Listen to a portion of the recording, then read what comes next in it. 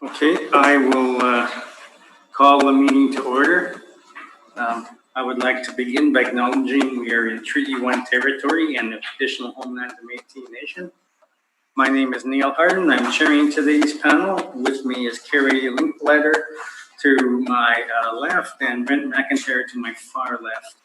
The assessor today is Arka Adarkanoff, and the recording secretary is Michelle Neepa. We will be hearing applications for revision of the assessment role in accordance with the Municipal Assessment Act. The matters for which the revision is requested have been described in each application, and we will limit discussion to those matters. The statements that the applicant or assessor make at this hearing are sworn testimony, and anyone speaking to the matters must be sworn in. Be advised that comparisons of assessments of properties are not considered evidence of market value by the board. The board is appointed annually by council and is independent of it and the city administration. It makes its decisions on the basis of the evidence provided at this hearing and issues a written order that will be mailed to all parties as soon as possible. Please note that the board's decisions with respect to an application may be appealed to the Manitoba Municipal Board if the matter pertains to assessed value or classification, or to the Court of the Queen Bench if the matter pertains to the application of exemptions from taxation. Should you wish to appeal, information on how to do so will be included with the board's order. With respect to the process, I will confirm the matters to be addressed with each applicant following swearing in. We will then have the assessor's testimony followed by questions the applicant may have, then the applicant's testimony followed by questions. Each side will have an opportunity to summarize if they wish. Once all the evidence about an application has been brought forward, the applicant may leave. The process will repeat for each item on the docket today. The session will close after all the applications have been heard, and your board will deliberate in private and make its decisions. You'll receive the order by registered mail as soon as possible. As information, all public hearings are live streamed and recorded and will be part of the public record. As directed by Manitoba Health, we're requesting people avoid close contact within 2 meters with anyone showing symptoms of respiratory illness, such as coughing or sneezing. If you're experiencing flu-like symptoms, we are requesting that you excuse yourself from the room. So can you do the swearing in?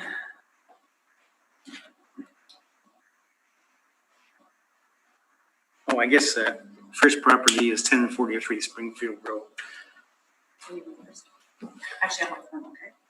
Can you state your full name, please? Arka Adarkanoff.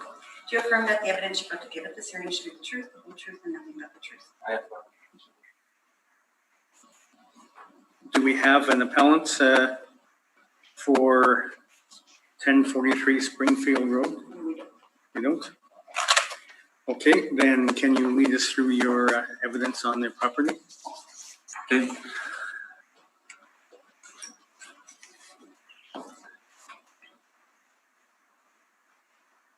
So, subject property with the address at 1043 Springfield Road and business assessment ID 1972, Board of Revision file number 195943, East Side Collision Repair Center Limited are the business owners. To 3,239 square feet property, service repair garage with base ARV at 45,314. Sorry, 45,314 with base rent per square foot at 13.99. There is a recommendation to reduce the ARV to 40,320, which is based on $10 per square foot base ARV. What was that number again? $10. Nobody 40,320. 620? 320. 40320. 320. Based on $10. So this is based on a base rent of $10 and occupancy cost, which is similar to what the real team 15-1 agreement was agreed upon for the same property. Thank you. Okay, what was the The final value then? The final ARV is 40,320. No, but the annual rental value with including occupancy costs. That is it, 40,320. Oh, the total, oh, okay. I thought that was just the base.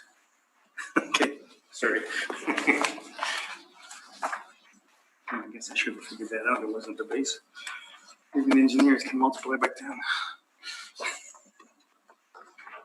Okay, thank you for that. That concludes that property. The next property is 235 Archibald Street.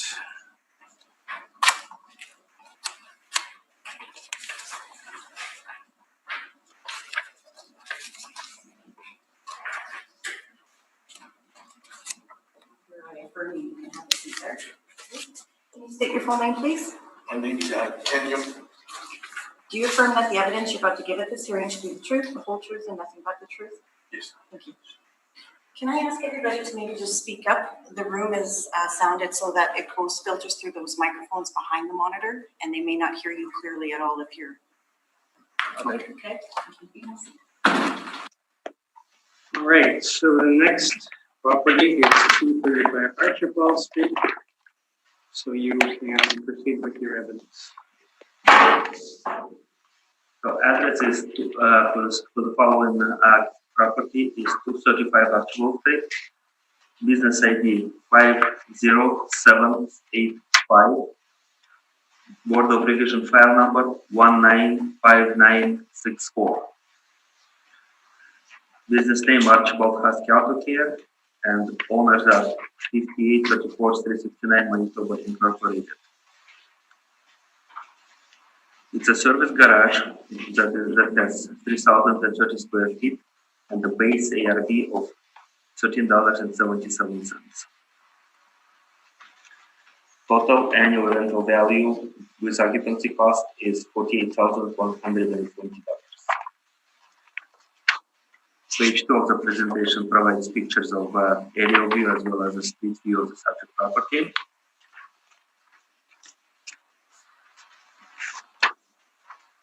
It has a repair base with which would appear regular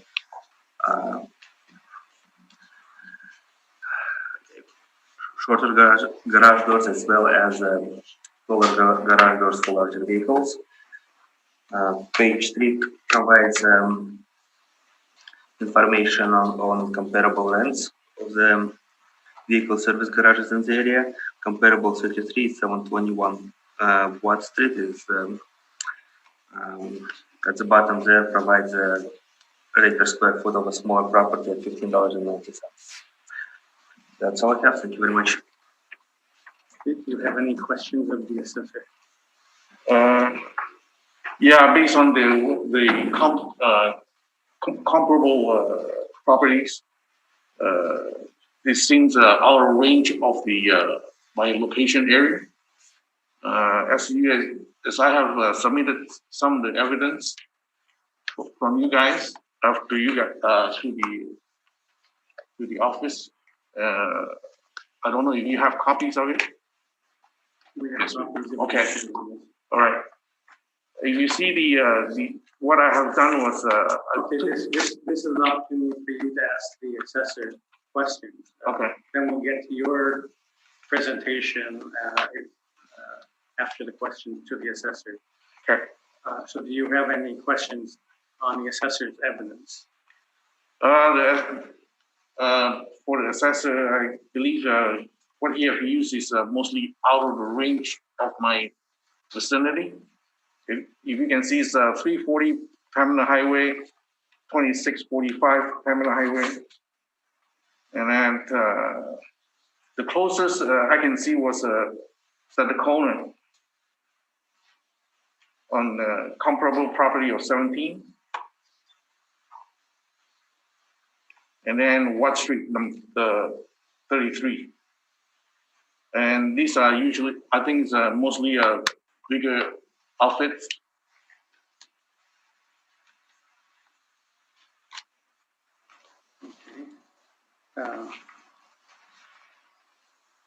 All right.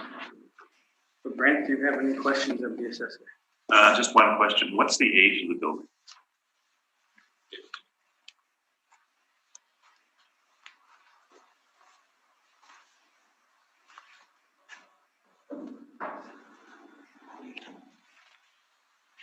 So we have it as an overall year build of 1995.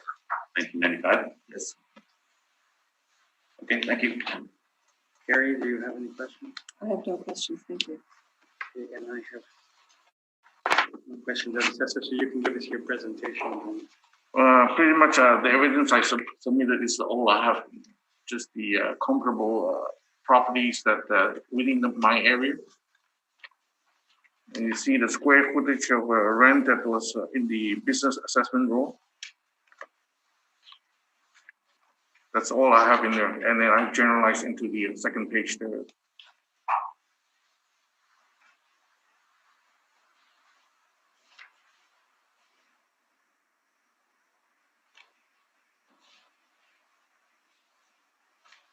Okay. So what value are you suggesting for your?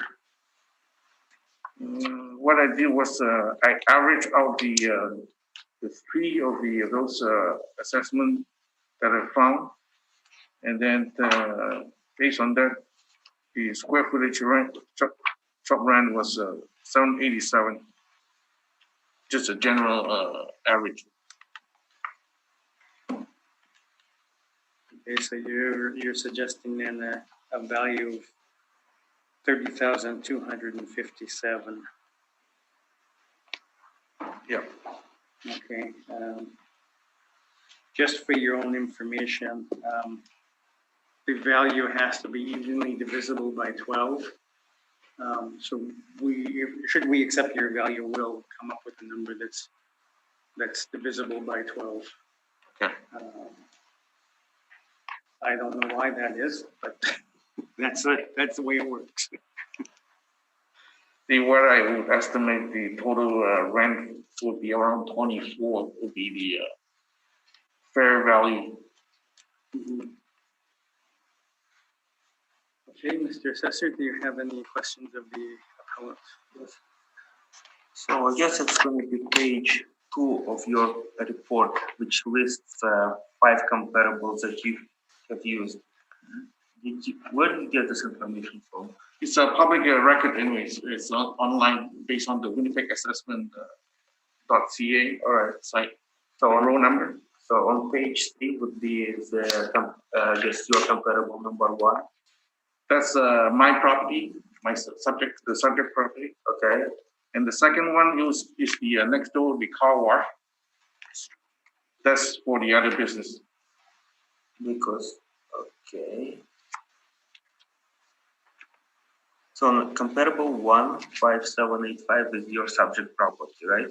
Yes. Same as comparable 2. And you got these numbers from where did you get, I just tried to understand where did you get the 869 per square foot from? Oh, what I did was I took the estimated base rent and divide by the square footage of the premise area. Okay. You see one of the figures there. Starting with Kilney site will be 697. Oh no, sorry. 697. And then with 670 Talbot, it'll be 914. And the final one, 44 Archibald, will be at 725. So you have 3 comparables, right? There's 3, 4, and 5. The first 2. Yes. The first 2 are the. Yeah. And do you know if those are net rents or are they gross rents or the information? It's net rent. What I did was I take the estimated base rent, excluding a cost of occupancy, and get the average square footage rent from there.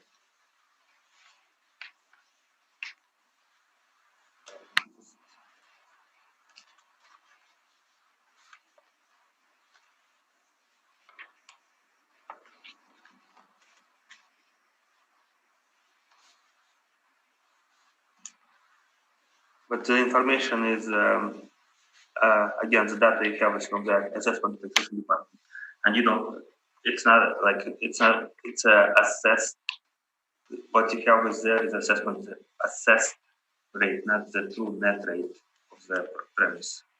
Do you agree with me? So what I've seen inside my my subject property here, and across will be the same. I mean, these are all based on public information, and it's straight from the Winnipeg assessment site.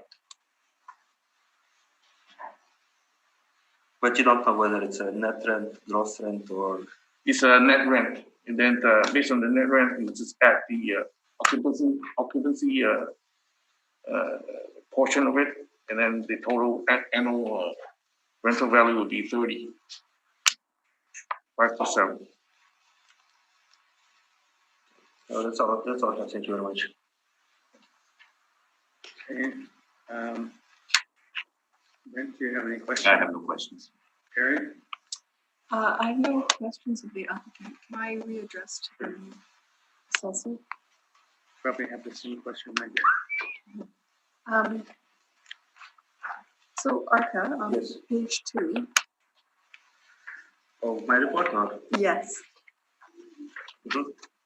So are all of these properties, I think we've got 33 here, Yes. are they all auto? Yes. Okay. And I'm just wondering why you included ones that were so much bigger than the subject property. You've got a couple at 15 and 17,000 and 12,000 square feet, 10,000 square feet, etc. So what it is this is a standard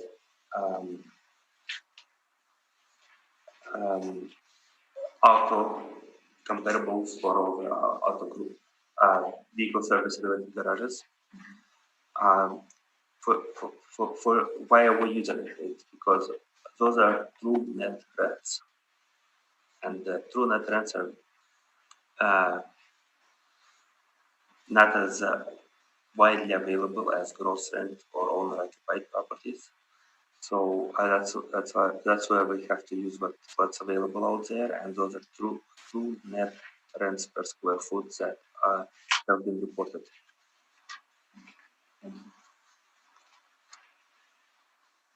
Okay, the question I have for the applicant is, you're coming up with $8.69 for your property. Where did you come up with that number? The 787. Well, no, on your page 2, Okay. you got 235 Archibald. The first two records are at 869 for. Yeah, that's my property. Yeah, not my property. My lease place. That's the first one. The second one is the car wash next door, and I purposely exclude this out just to just as a benchmark that what was being assessed at. Okay. So that's your actual net rent? Yeah.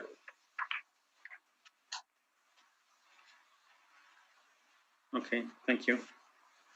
All right, does either party wish to give a summation? Mr. Assessor, I don't have a solution. do you wish to give us a summation? I guess that's all about. I can. There's nothing more I can say again. That'll be all. Okay, thank you. Yeah, thank you. That concludes the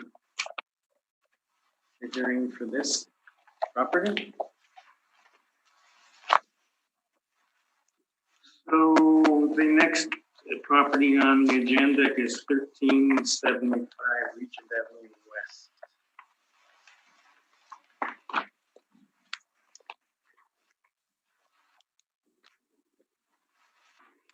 Yes.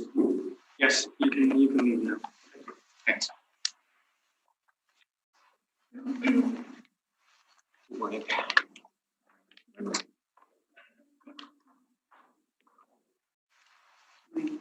Can you state your full name, please? That's Do you affirm that the evidence you're about to give us this hearing is the truth, the whole truth, and nothing but the truth? I do. Thank you. Yes. Okay. 1375 Region Avenue West, so Arthur, can you move this through your evidence? 1 second. There is precedent here.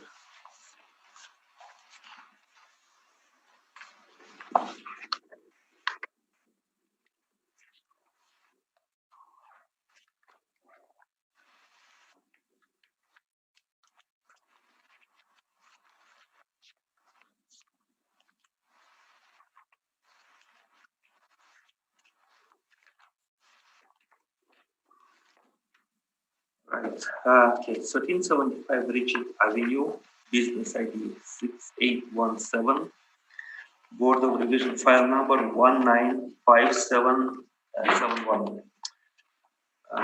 Business owner, business name is Goucher Chrysler Dodge Jeep Ram, and owner is Royal Dutch Chrysler Corporation. It's a 43,555 square feet total premise area with overall rent per square foot of $15.52. Consists of 2 pits, pit 88 of 7 at 12,330 square feet, and pit 8810 at 31,225 square feet.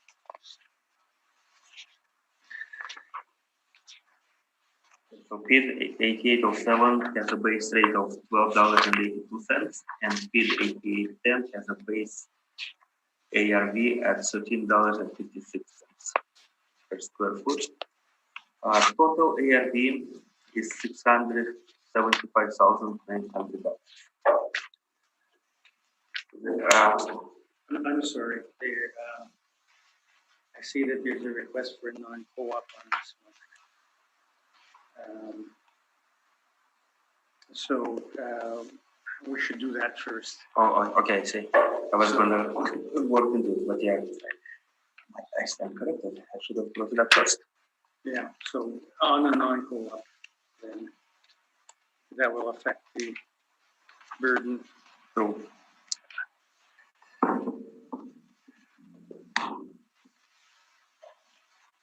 Okay, on the. on the non-co, the assessor requested the burden of proof be placed on the applicant for non-cooperation. Section 53(3)(b of the Municipal Assessment Act, and if reduction in assessment is ordered, that it follows Section 54(3)(2) of the Municipal Assessment Act. Okay, the reason for non-co is the owner-occupied property, and on page 4 of my presentation, you can highlight it in red, missing information on for the expenses. It is a fully owner-occupied property, and information on the expenses was not presented. And if you look further, it actually presents as a net lease, so it's the income and expense mailer, of course, doesn't appear to be filled out accurately or correct. That is the basis why I asked for the non-cooperation.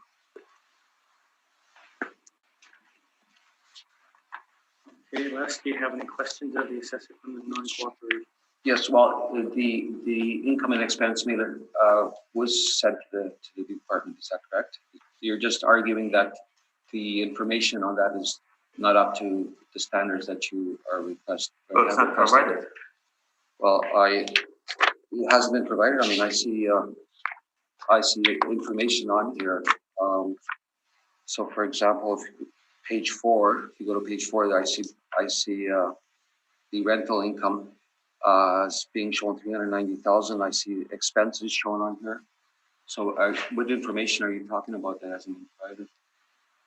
Well, information on utilities and general administrative expenses that are highlighted in red are not presented there. Okay. But as this is owner occupied, are, I mean, you don't put much weight on this questionnaire in any event. So I'm wondering why. Well, for the owner-occupied properties, actually expenses are being considered because there will be typical expenses regardless. It's income that affects owner or tenant-occupied properties. But for the most part, I mean, it looks like to me, I'm looking at it and it looks like most of the questions, not all, are answered. To me, it's things don't even add up, like 390,000 rent income. But in any event, as I mentioned, because it's owner occupied, I mean, there's really not much weight that the department put on owner occupied questionnaires.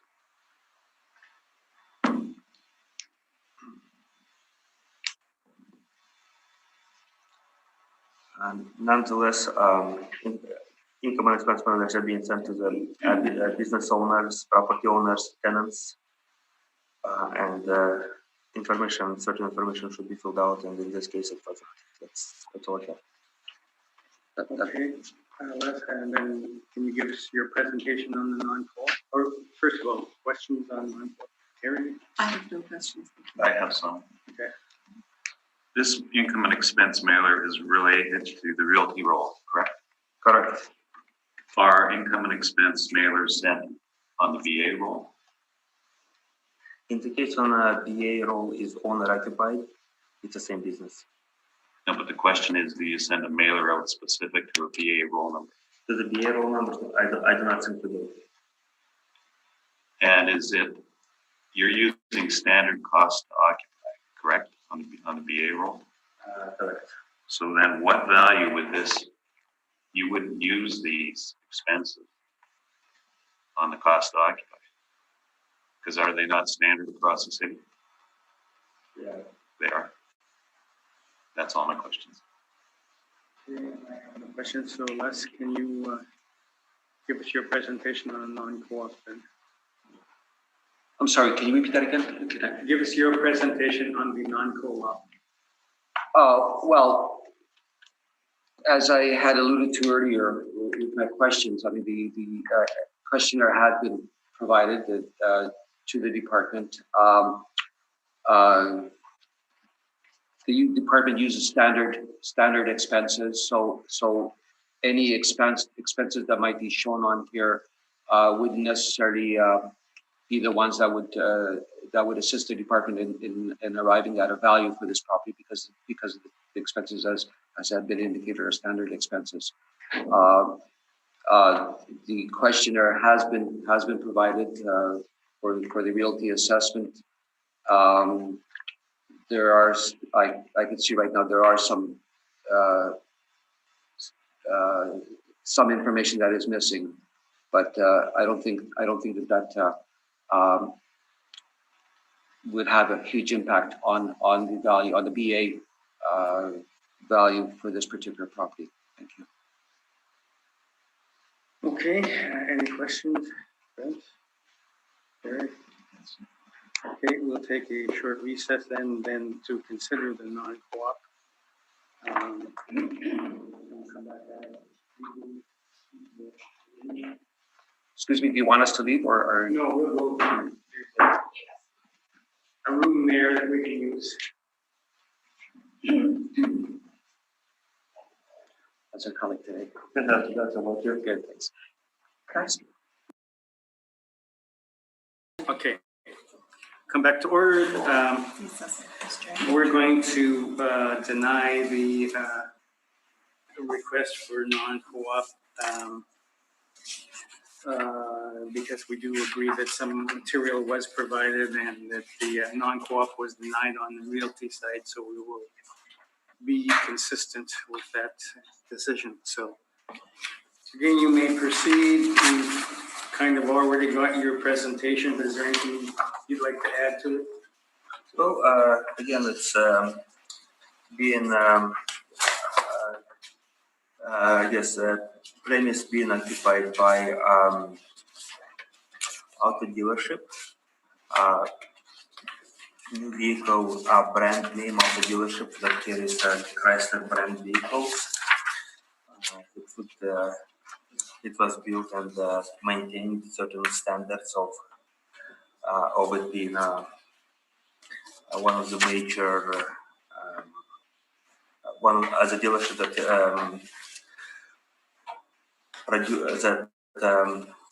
operates as a major dealership in the city and maintains certain standards of the building type and class. Therefore, on page 3 of my report, we have City of Winnipeg doesn't like there is no true vehicle net information for vehicles dealerships because there is almost all of them are owner occupied. So there is no net information. What City does is it uses retail information on the top of my comparable list which is retail comparables 1 to 27.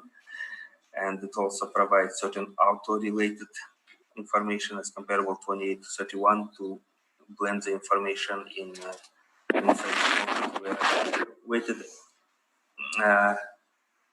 where we have medians for retail part of the comparables at 18.29 per square foot and medians for the auto-related section of the comparables at 16.25 per square foot.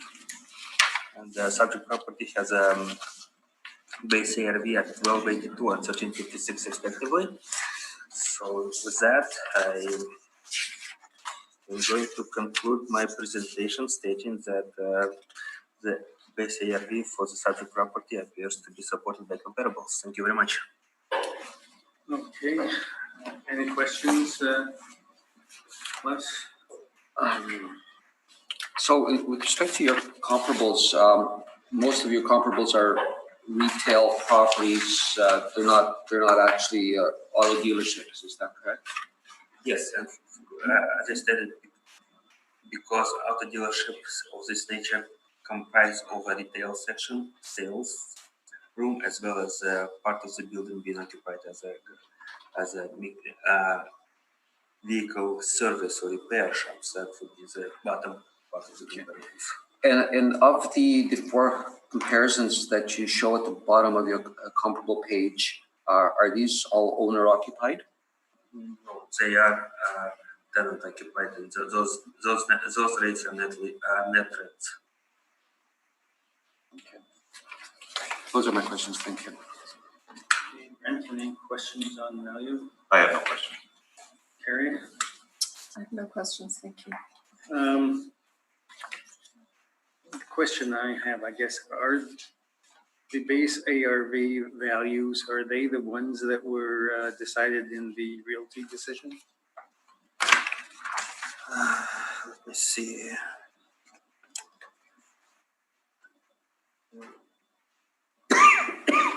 No, it's not. Yeah, it's only have a computer. I get to it. Just a second. Right.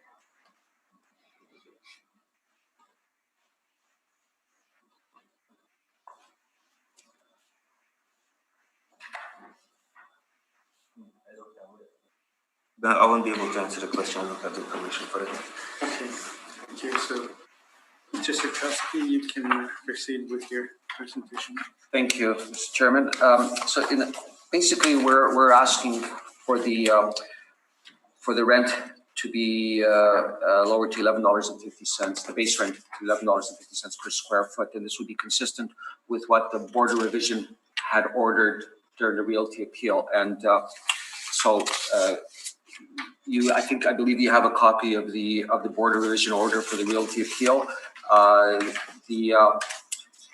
The board decided in that particular instance to reduce the realty assessment to $3,984,000 based on the applicant's net operating income and a capitalization rate of 7.75%. So if the panel wishes, I have a calculation of using when one uses the $11.50 per square foot rent for the realty appeal. Okay.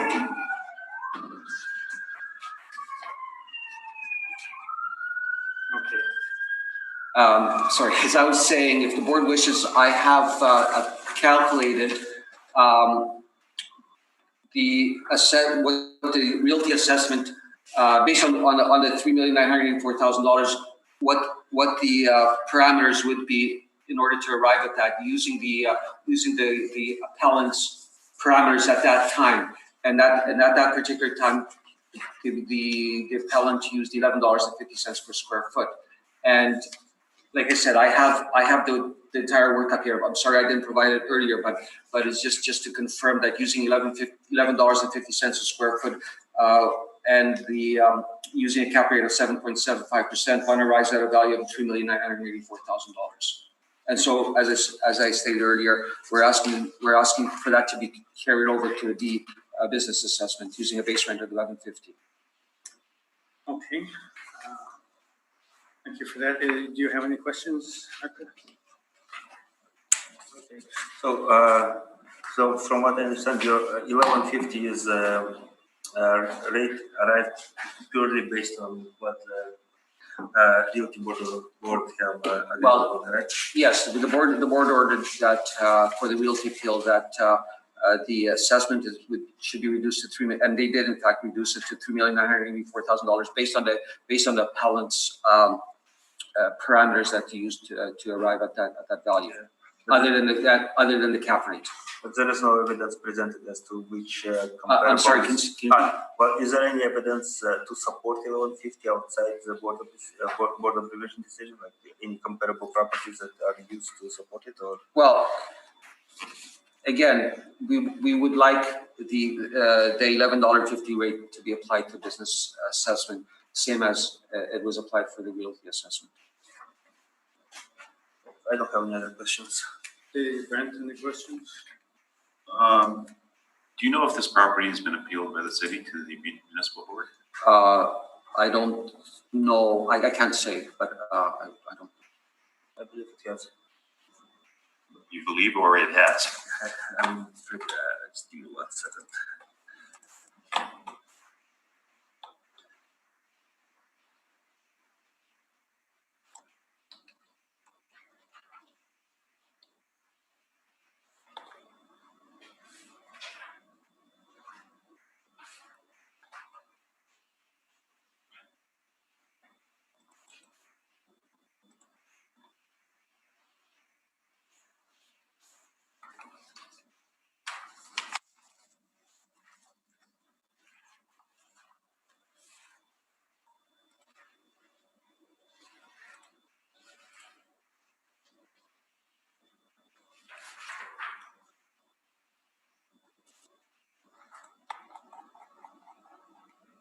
It has been appealed to the municipal board. It has? Okay, thank you. Harry, any questions? I have no questions, thank you. Just on, Excuse me, may I just ask follow up on the appeal to the municipal board? Sure. When the city appeals to the municipal board, does it provide a reason as to why it's appealing to the municipal board? No. I don't know. I would be surprised if it was just more than paperwork. It's just an application form. Yeah.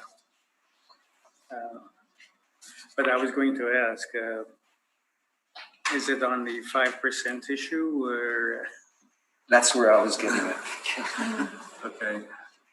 I cannot tell you exactly the reason, the issue why it has been appealed. Okay. All right, thank you for that.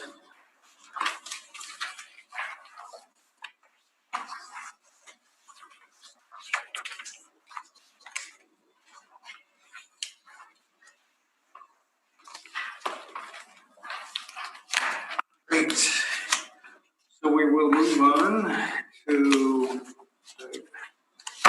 1100 Templeton, another Gauthier property.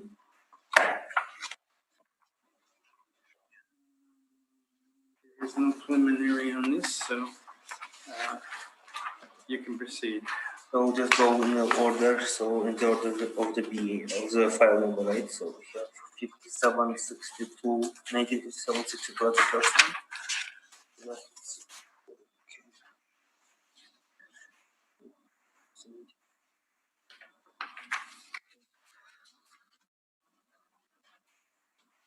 So file number 195762, 1100 Templeton Avenue, business ID 54468. Owner Jim Boucher Chevrolet Ltd. Total annual rental value is $438,960. Area for all the premises is 26,572 square feet. Overall ARV is $16.52. This consists of one premise, 292221, with an area of 26,572 square feet, base ARV of $14.07, plus the occupancy cost, arriving at total annual rental value of $438,960. And I asked the board to maintain the 2020 ARV assessment at such number. Page 2 provides a picture of building. This is 2018 economic review that provides the premise under construction. So what we're looking at is a brand new building. And this is a vehicle service garage. So it is owned by Jim Boucher Chevrolet Ltd. However, it's a collision center for them.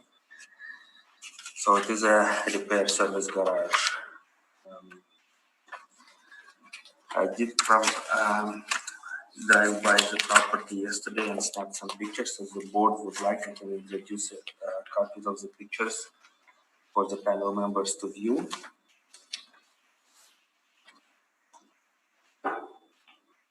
Does anybody need to see the pictures? No, I don't think we need to see the pictures.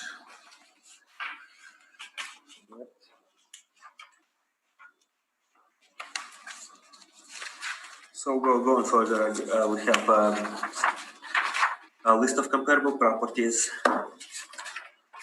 for vehicle service garages, averaging at about $12.50 per square foot for much older buildings. Comparable 26 on Innsbruck Drive is a newer building, 2014 year build at with 15,750 square feet. It's probably a better representation of the condition of the subject property, and that has a rate of $28.79.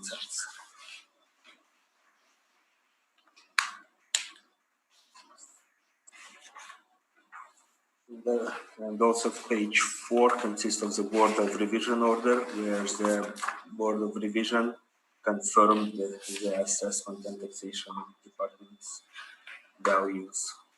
That's all I have. Thank you very much.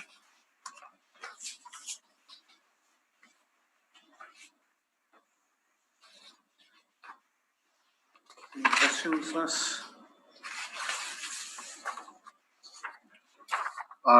We acknowledge the fact that the board had confirmed the assessment, so that as a result, I really don't have any questions. Okay. Any further question, comments? No, I have no questions. Harry? Just one quick question. Arka, I'm sorry, did you mention the age of this building? It's not 2019 built. I'm sorry? 2019. Oh, it's 1 year brand old. new. 1 year old, okay, thank you. And I have no questions, so unless you can give us your presentation. Well, as I mentioned, we acknowledge the fact that the board had made the decision confirming the realty assessment, and based on the numbers that are shown here, the red numbers. So we have no further comments about any of these appeals at 1100 McPhillips. So, Temple. Templeton. So, we will accept the numbers that as per the assessor.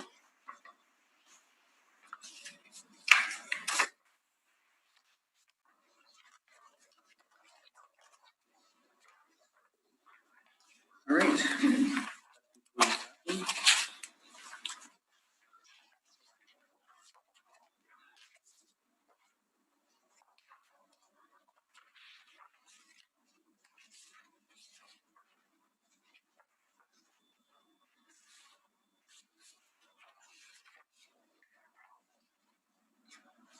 Okay, and again, we got another 1100 Templeton. I gather this is the dealership portion of it, is it?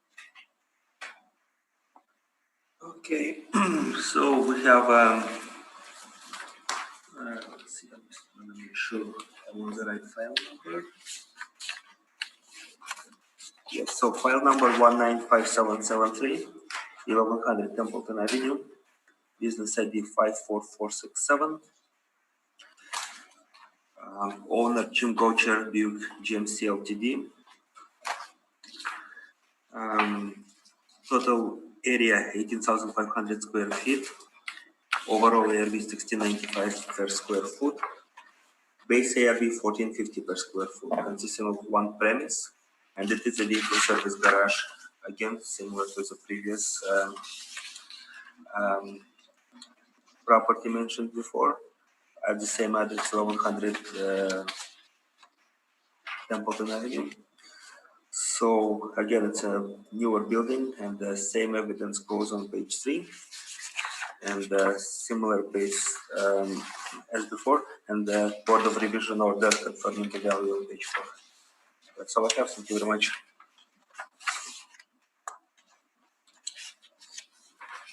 Okay, any questions, Les? Are No, you no. accepting the? Yes. Okay, any questions from the panel on that? No questions. No questions, thank you.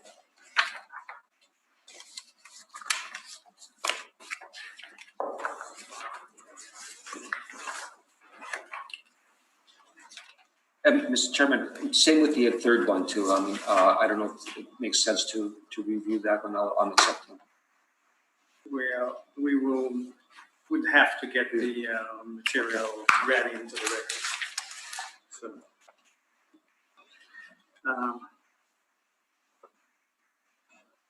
there's a third one on 1100. So can you read that into the record?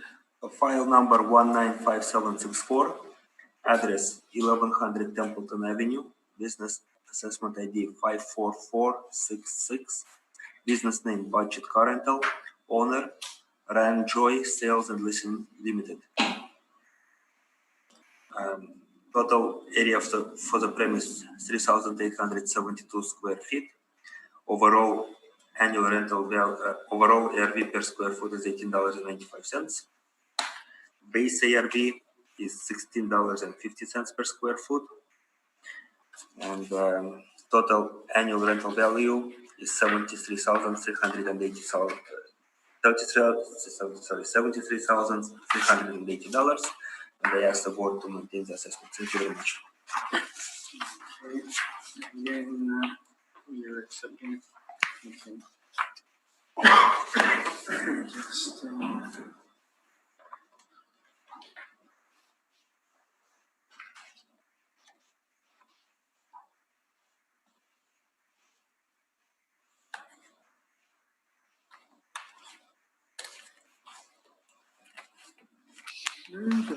everything is.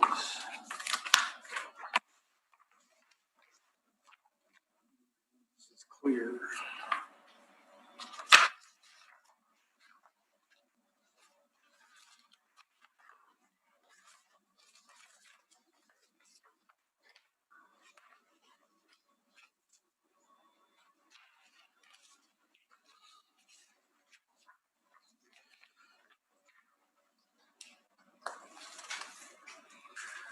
Okay, thank you.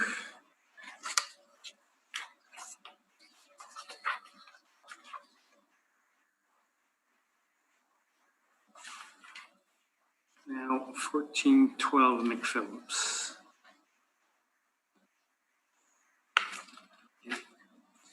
File number 195774. Address 1412 McPhillips Street. Business assessment ID 33336. Business name Jim Goucher Collision Center. Owner Grand Joy Sales and Leasing Limited. Total annual ARV is $231,180. And the premise area is 15,444 square feet. Overall ARV $14.97 per square foot. Base ARV is $12.86 per square foot. I asked the board to maintain the assessment at $231,180. Page 2 provides street view and aerial view of the subject property.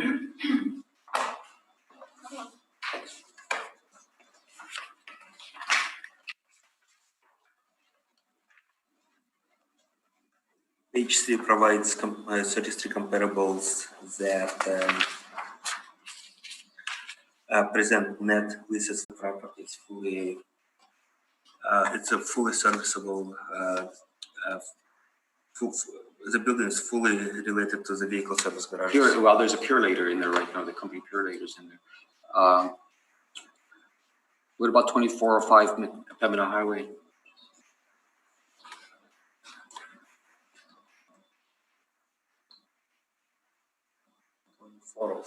Right. Let's see.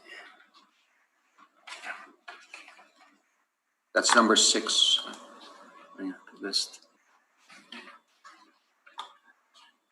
So I have it as again. It's a strip mall, 2405 Pembina Highway,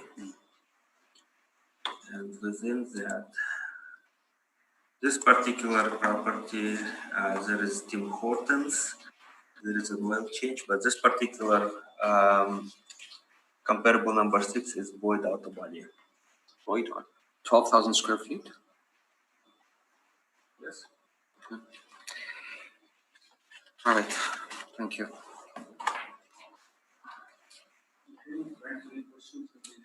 I have no questions. Carrie, any questions? I have no questions, thank you. Okay, you can proceed, Mr. Sika. So we're looking at a base rate of $12 per square foot, which is consistent with the board revision order for the realty that was issued for the realty assessment. If you notice on page 3 of our submission, we have attached the board revision order, which indicates that the decision is based on the capitalization rate of 7.75% and an adjusted net operating income. We used $12 per square foot, and of course we also asked for the $5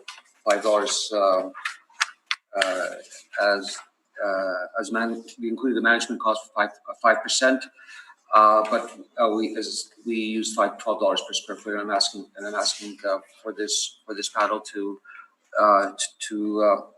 allow a $12 per square foot base rent for the business assessment, to be consistent with the decision made for the realty appeal. Did the realty use $12?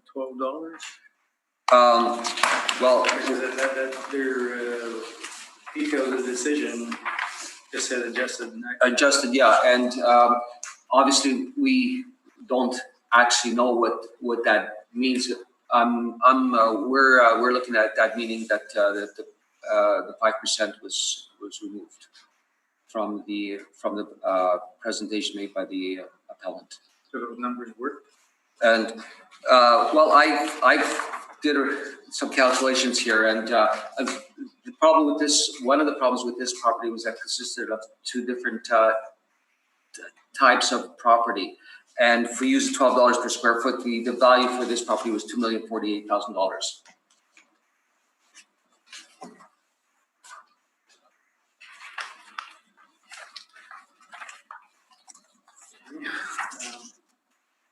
Okay, any questions of repellent. So you say when you use the $12 per square foot, the value came to 2 million, how much? Well, this particular building consists of two portions, and the portion that is in debate right now is the one that we're asking for $12 per square foot, and that particular part of the building, it was worth $2,048,000, based on $12 a square foot. Okay, so, and the difference would be the second section of the building, the other part? There's another part of the building, yeah.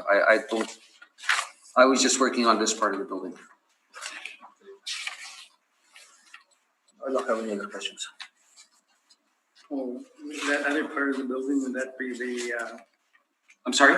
the other part of the building, is that the optical store? Yes, yes, yes. Well, we have, I'm just looking at the presentation that was made prior. It was, so this part is the auto body part. There's 15,444 square feet consists of the auto body part, and then there's some retail space of just shy of 2,500 square feet. Hakeem Optical, probably right in the front there on the Phillips. Okay. All right, questions, Brent? So just one, so the 2,723,000, that includes a Akeem Optical for the realty? Yes, it does. And that's a separate premise? Well, that's, as I understand it, yes. Is that correct? Yes, yes. It is separate. Separate, okay, thank you. Any questions, Terry? Yeah, Mr. Satowski, sorry, you might have stated it. What was the square footage on the Hakeem?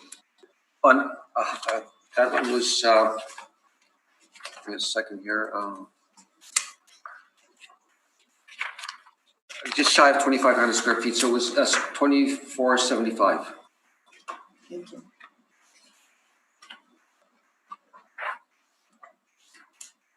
Okay, and I'll just, again, bring up the point. You have a value of 217,915. We'd have to check to make sure that's divisible by 12 and That's and come up with a number if we accept your presentation. Thank you. Okay, thank you for that. So that brings us to the end of your properties. 10:07, does anybody need a short break? Okay, we'll have a break till 10:15 or so.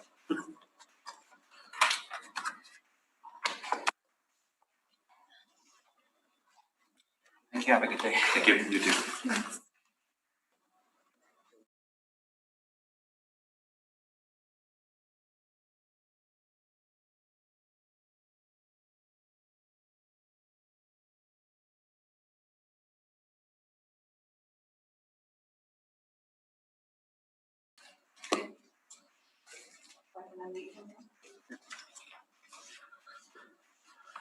Okay, we will resume.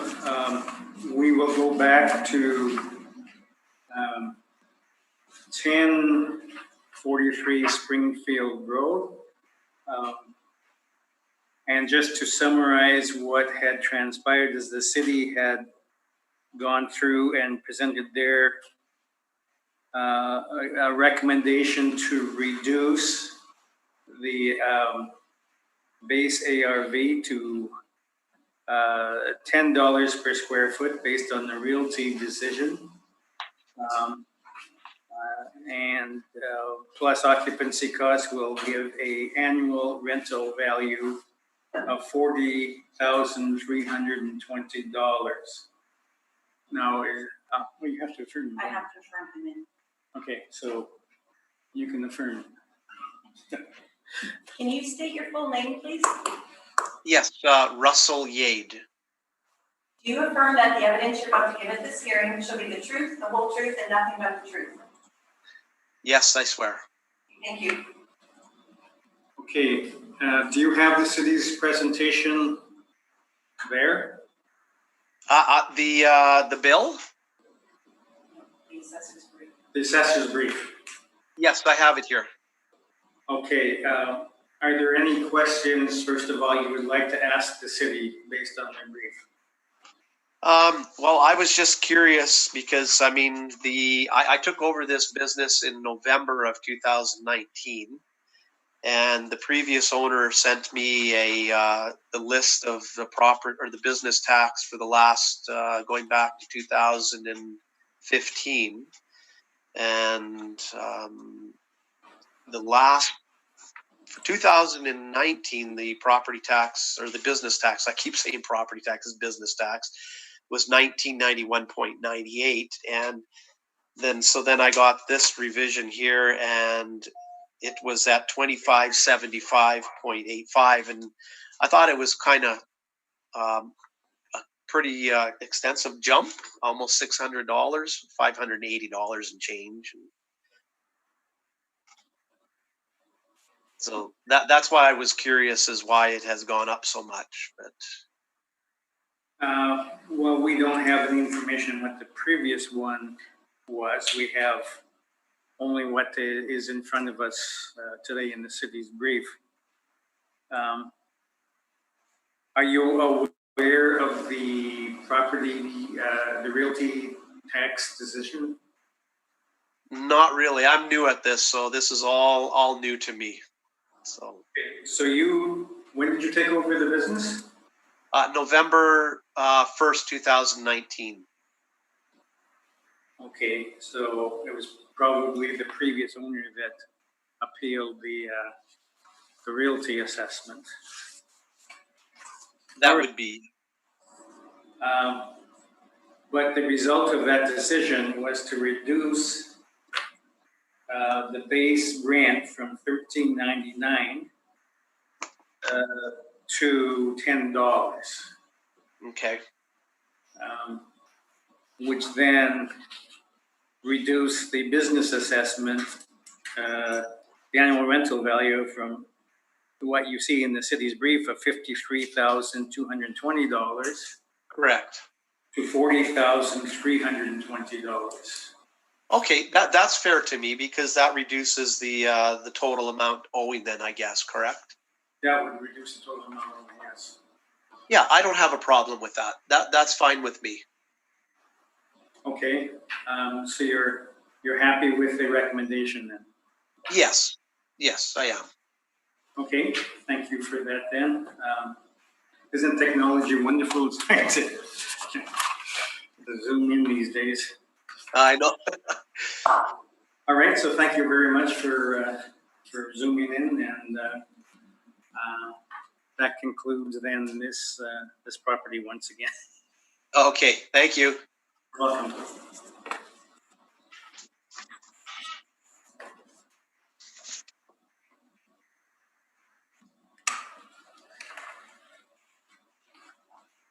Okay, so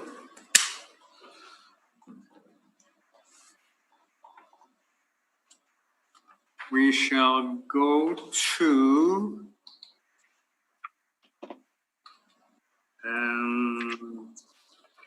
3357 Pembina. So can you bring in Brad and swear him in? Hi, Brad, can you hear us? I can. Can you hear me? Yes, I can. Are you able to put your video on? Reluctantly, there we go. There Good you go. morning. Good morning. Good morning. So, can you hear me okay from there? As long as you're speaking up, yes. Can you state your full name, please? Bradford Scott Borgstrom. You affirm that the evidence you're about to give at this hearing should be the truth, the whole truth, and nothing but the truth. I do. Thank you. All right, so we're on 3357 Pembina. So you may begin, Mr. Assessor. Well, before we start, I'm at something of a disadvantage here because I do not have a copy of the assessor's information in front of me. I know that we had to submit ours in writing in advance. There was no indication that anything was to be picked up in our offices. We're working from home and continue to. So I'm not quite sure how we're gonna do this. I wasn't provided with any electronic copies to give to anybody, so. Okay. The briefs were dropped with the city clerk, I imagine, since we've got them. Certainly ours where I dropped them off personally. Okay. Yeah, so you just, okay, so no one picked up your briefs, then is what you're saying? Well, there was no indication that briefs were supposed to be picked up. Typically, the procedure at business assessment appeal hearings is that the exchange of information is at the time of the hearing. I'm also of the understanding from discussions with Rod Slaughter that the briefs that were being dropped off were not advanced distribution to the department. Yeah, we're just trying to move forward with doing the electronic copies, however, Yeah. not quite there yet, so. Yeah, and I appreciate that this is sort of a new thing and there are some difficulties. I'm just wondering how I'm going to be able to even look at the assessor's information to question him on it. At this point, I guess what we can do is perhaps break, and I can take the assessor's briefs and go back down to my office and scan them to you. Sure, that would be fine. Okay. Okay, we'll do that. So I'm still using your, okay. Hi, Arca. You have them, unless. Are you ready, Brad? I am now, yes. Okay,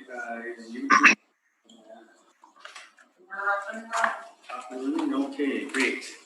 So 3357 Pembina, you can proceed, Mr. Assessor.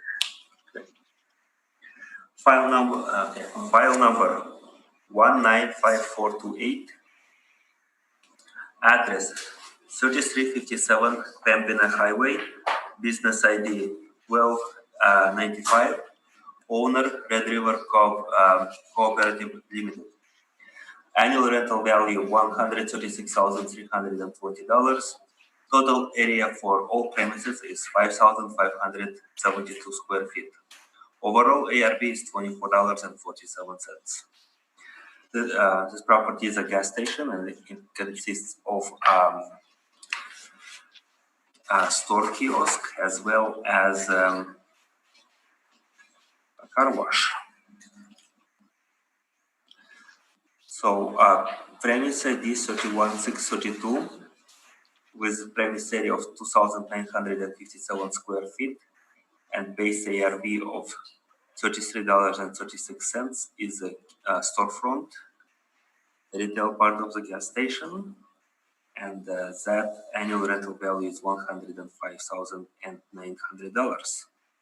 Premise ID 31633 is 2,615 square feet premise area with a base ARV of $9.18 and total annual rental value of $30,420,000 is a car wash part. So the recommendation is to maintain the 2020 ARV at $136,320. Page 2 provides a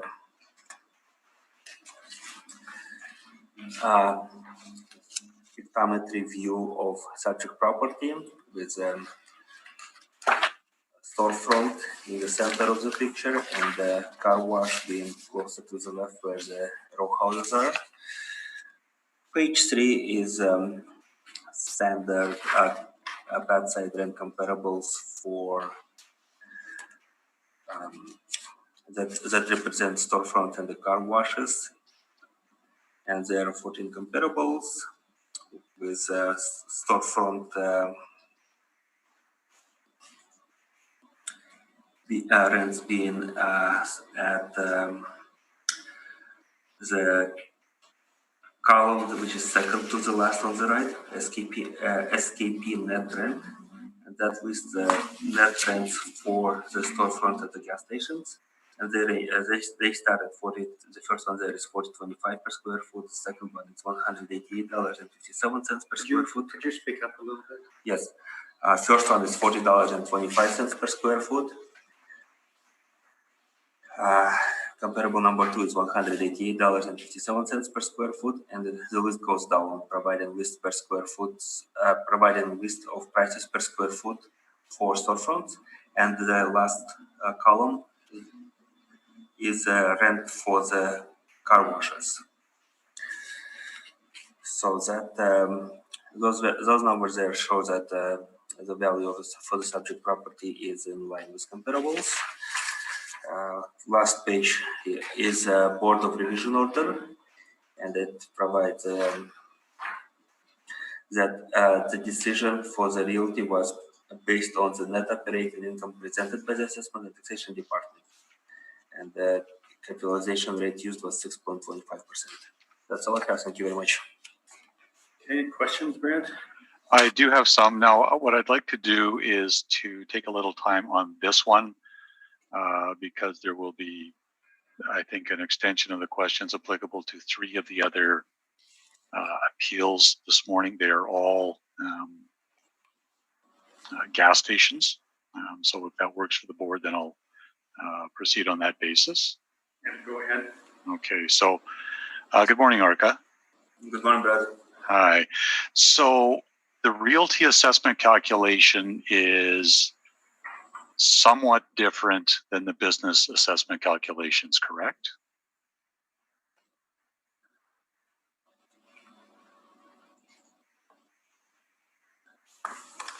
I do not have the information for the realty assessment calculation. Okay. So I cannot answer the question. So for the realty assessment, for example, pumps, tanks, and canopies are assessed separately, correct? Yes. Do the rental comparables on your page, on your page 3, do those include pumps, tanks, and canopies? My comparables only include leasable areas, so that would be. I understand that, but on each of those sites, and let's just set aside the bottom 2, which are car washes for the moment. But if we look at numbers 1 to 12, all of those sites have pumps, tanks, and canopies present, correct? You mean the gas stations? Yes, numbers 1 to 12. Yes, I do.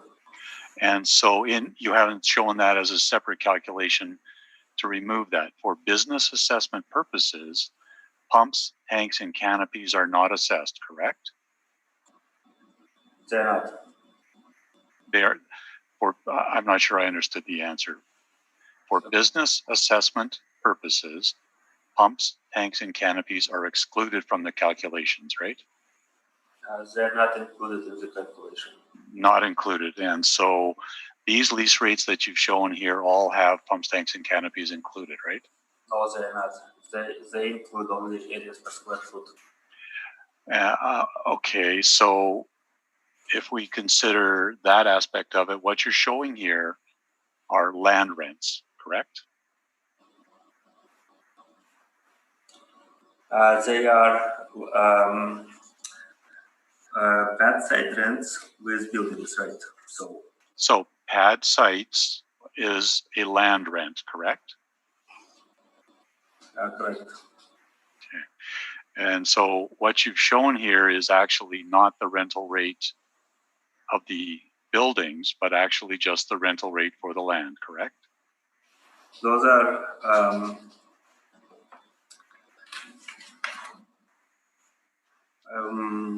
I believe so. Okay. And if you're looking at business assessments, occasionally on the realty end of it, the department will make an adjustment for what they term excess or surplus lands, right? Yes. And that is not included in business assessment calculations either, correct? No, it's not. Okay. So and so for business assessment purposes, if we exclude the pumps, tanks, and canopies, what we're looking at is the C-store and where it's present a car wash, right?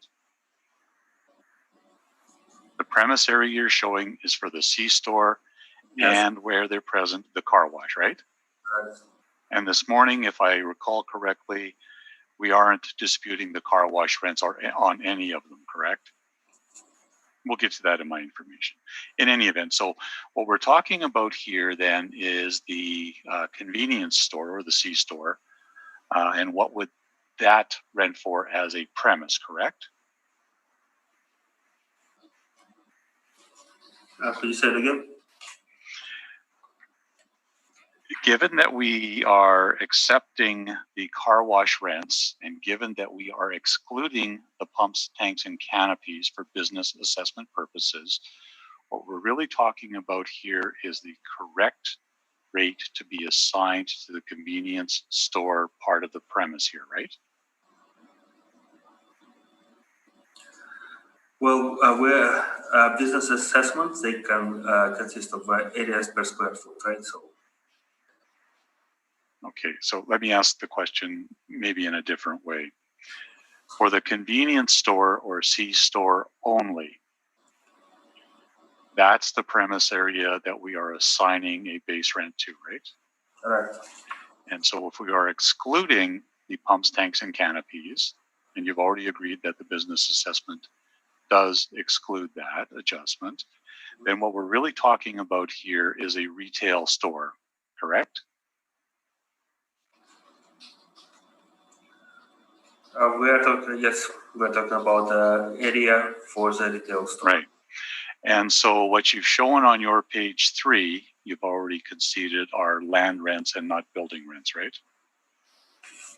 Yeah, it does state that it is a bad side rent comparables. Mm-hmm. Okay. So you've shown your pad site rents on page 3. Is this what the model has used in generating the rents assigned to C-stores and car washes? Yes, those are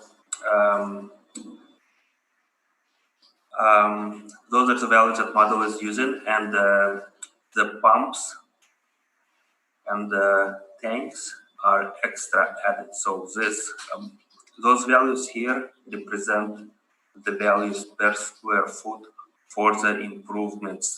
Okay, well, so what we're talking about here, if we look at the column that says annual pad site rent, that's the total rent paid for the land rent on each of those sites annually, right? Yes. And so when you break it down by, and at the top you've shown SKP, that's actually the convenience store, right? Yes. And vehicle car wash. And when you add those up, that totals up, let's look at the first one, comparable number 1. That totals up to $105,000, right? There is no adjustment in there for pumps, tanks, and canopies.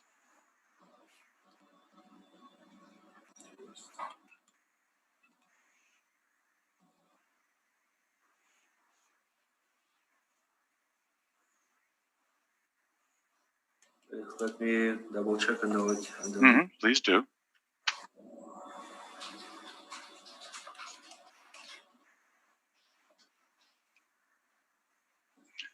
Let me help you out. If we multiply the 2,250 square feet of the convenience store times $40.25, that comes out to $90,562.50. And if we multiply out 1050 a square foot times the 1350 a square foot and add that in, that's $105,000 total rent for that land lease, right? That's what it comes out to be. And so there is, in fact, no adjustment made for pumps, tanks, and canopies, right? Doesn't look like it's there. Oh, it's not. No. Okay. So you were mistaken in your understanding that there was an adjustment? Excuse me? You were mistaken in your understanding that there was an adjustment for pumps, tanks, and canopies shown in that? Well, I can tell you that the annual pad side rent consists of breaking down the storefront area as well, and the area times the rate per square foot, basically. That's what it is. In fact, what's shown on your page 3, the SKP rent, the right-hand 2 columns, the 2 columns on the right-hand side of page 3 show SKP net rent and BCW net rent. But in fact, the lease agreement as between the owner and the tenant don't specify that. They actually just show a land rent of $105,000 per annum, right? For your comparable number 1. Correct. Okay. So this is the department's interpretation. And again, no adjustment for pumps, tanks, and canopies, which are also on the site, correct? No, there is no adjustments. Okay. But since that's excluded for business assessment purposes, shouldn't that be removed? The value of the pumps, tanks, and canopies from that lease? I cannot answer that question at this point. Okay. Now, and in fact, if we're just looking at the convenience store, you've already agreed that it's a retail store. Really, it's like a 7-Eleven or a Mac store, and depending on the size of the convenience store, it could actually be used for a number of other things. And there are examples through the city of gas stations or former gas stations being converted to other uses, right? There are examples, yes. Yes, okay. Now,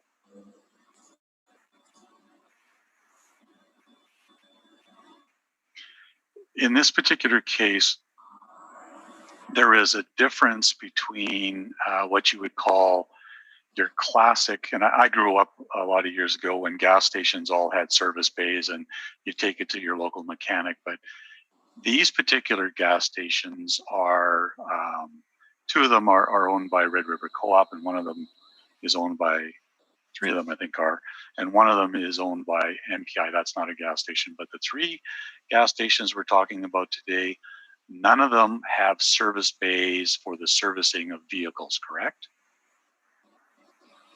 I'm just going to just take it one at a time.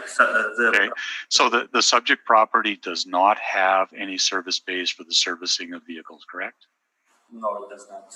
Convenience store and car wash only, right? Correct. Okay.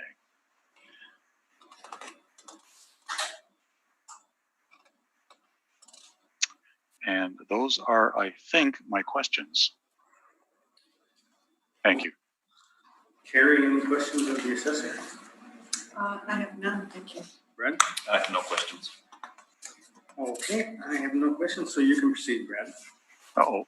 So our approach is similar in each of the 4 gas stations that we're going to hear today. And I just want to take you to our page 1 to start with. This is the Red River Co-op in St. Norbert, right in the corner of Grandmont and Pembina Highway. I'm sure we've all driven by it a million times on our way to the States or south of Winnipeg. Turning to page 3, we look at an overhead shot, and there you can get a better idea of the sort of configuration of the site. The structure with the little red dot on it, that's the convenience store. That was built in 2008. It is 2,957 square feet, 13-foot wall height. The car wash is the structure at the bottom of the picture. That's the car wash.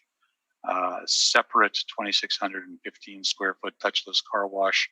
I do have one more question for the assessor that I forgot. Just applicable to this property, and I'll come back to it in a moment. And the structure from the overhead, what looks like a structure on the sort of right-hand side of the site or the east end of the site, that's actually the canopy that covers the pumps. And you'll recall that the assessor has conceded that pumps, tanks, and canopies are not assessed for business assessment purposes. So we took a look at actually a number of gas station rental rates. We show a number of them on our page 5, and going through them, they average 21.26 per square foot, and they have a median of 23.10. Given the subject property's age, I suggested, or I am suggesting, that $28 per square foot for the convenience store is the right rent as a standalone retail store. $9.18 per square foot for the car wash section is not disputed. I do, and I actually neglected earlier to ask the assessor for this particular property, and if we look at back at your page 1, you show air conditioning on the car wash space, but in fact, you'd agree with me that the car wash, it's a drive-through, or an automatic car wash bay with a bay on it. You'd agree with me that there is no air conditioning in there, right? It's probably a mistake. Mm-hmm. Well, that should be removed. Well, we'll have to look into it. Typically, well, we're at the hearing now, Arca, and is it your suggestion that the car wash is air conditioned? None of the other ones on the hearing today are air conditioned. Again, I cannot, without physically, I cannot tell you one way or the other. Okay. But this is something that can be looked into. Fair enough. Okay. So, and coming back to my brief, we show at the bottom of page 5 the standard occupancy costs. And on page 6, we show our calculations. That's based on $9.18 for the car wash, $28 per square foot for the convenience store. And you'll see there under air conditioning that we've made an adjustment to reflect air conditioning present only in the convenience store and not the car wash. And so we're looking for a reduction to $119,580 on this property.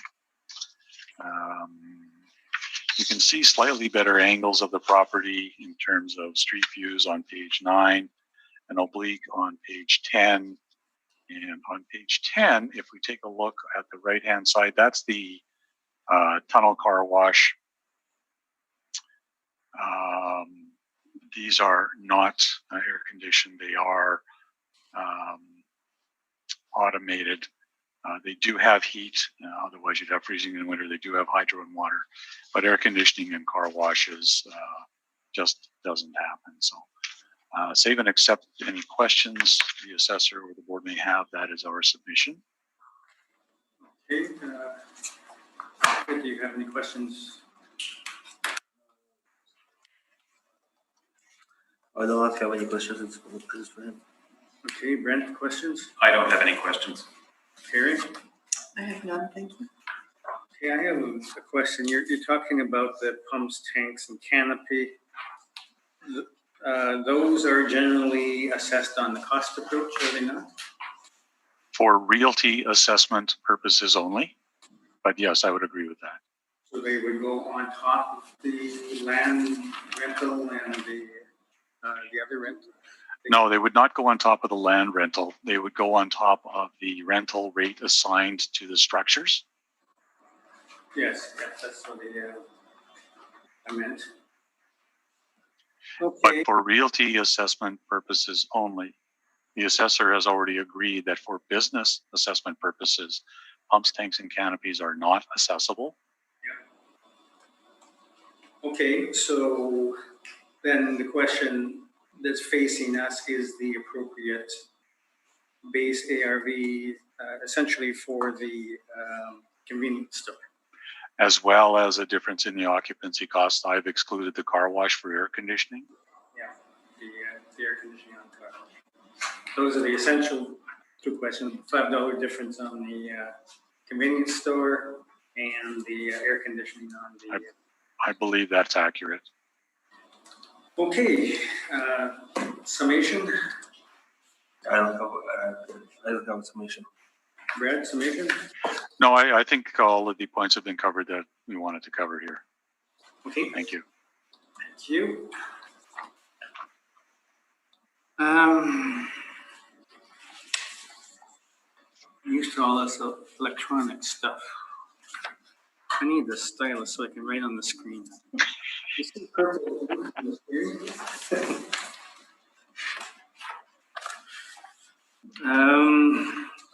2146 St. Mary's Road. So I don't have an agenda in front of me, and so let me just take a moment and open the assessor's document.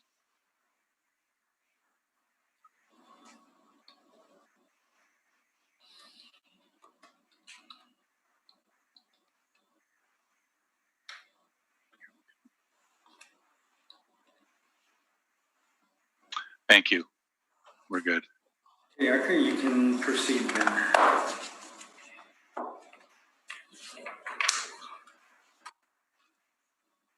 So, next item is 2146 St. Mary's. So file number 195441, 2146 St. Mary's Road, business assessment ID 34481, business name Norman Park Shell, and owner is 5288321 Manitoba Corporation.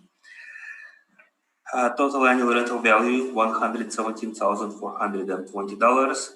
Total area for all premises 8,230 square feet. Overall ARV is $14.27 per square foot.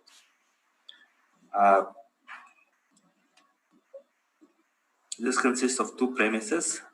Premise 8448 with area of 1,182 square feet at base rate of $35.12 plus occupancy costs would have a total annual rental value of $44,400, as well as premise ID 30163 with area of 7,048 square feet at $8.25 per square foot.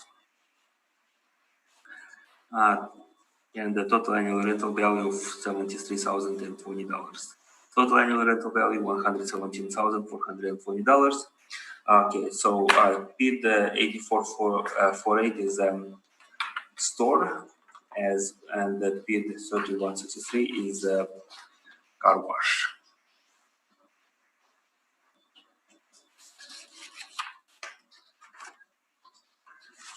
So with that, I will move on to page 2 that provides a picture of the subject property.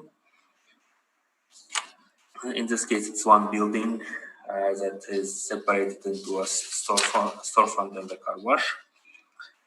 Page 3 provides a pad side rent comparables similar to the previous ones, providing rates per square foot. And page 4 provides decision of the Board of Revision based on the net operating income presented by the Assessment and Taxation Department with capitalization rate of 7%. So I have, thank you. Any questions, Brad? I actually just have a couple. So the last property we were dealing with was built in 2008, and this property or this structure, the gas station and car wash, was built in 1989, right? 1 second. Mm-hmm.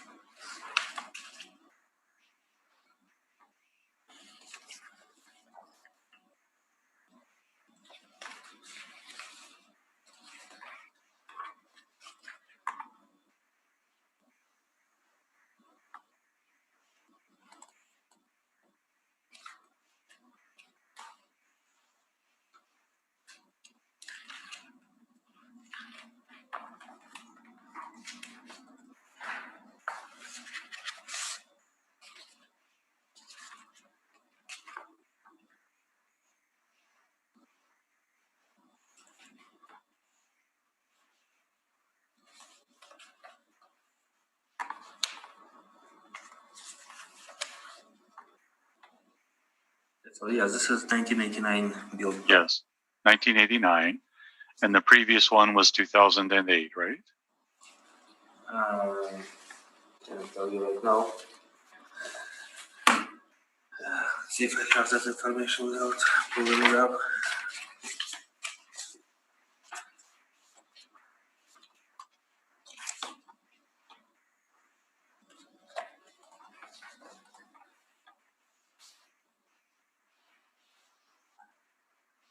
Previous one is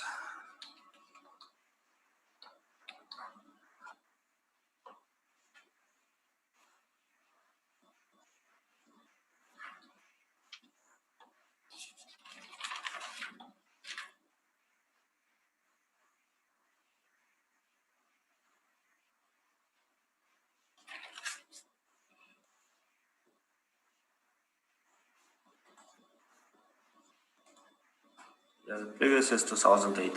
Yeah.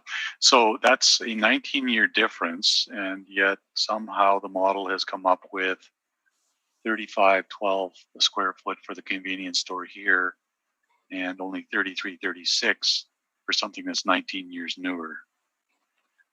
Correct? Oh, model also takes into account areas, location. They are not in the same part of town. Okay. And again, those are for land leases, right? Correct. Okay.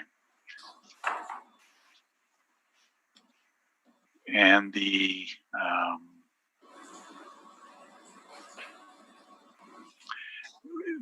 so this rent being higher, you'd suggest that this is a better location?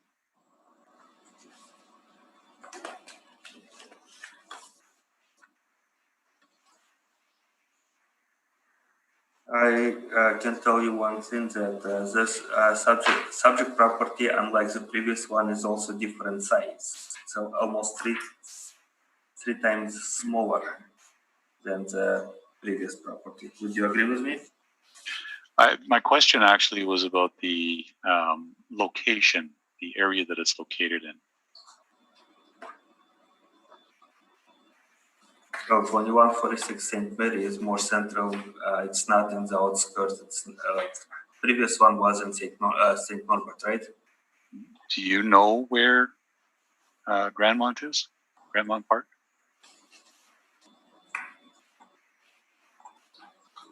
And do you know where Norman Park is in relation to Grandmont Park? I'm going to suggest to you that they're both located at the very south end of the city, or very close to the south end of the city. So I'll ask you this then.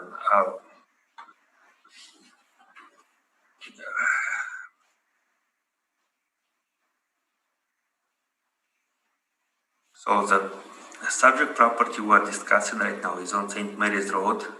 Yes. Inside the perimeter, whereas subject property, the property discussed previously, was on Pembina. It's in St. Norbert, but also within the city of Winnipeg, right? But it's already outside the perimeter. Yeah, it's a different location. So for the record then, it's the department's view that the St. Norbert location is inferior?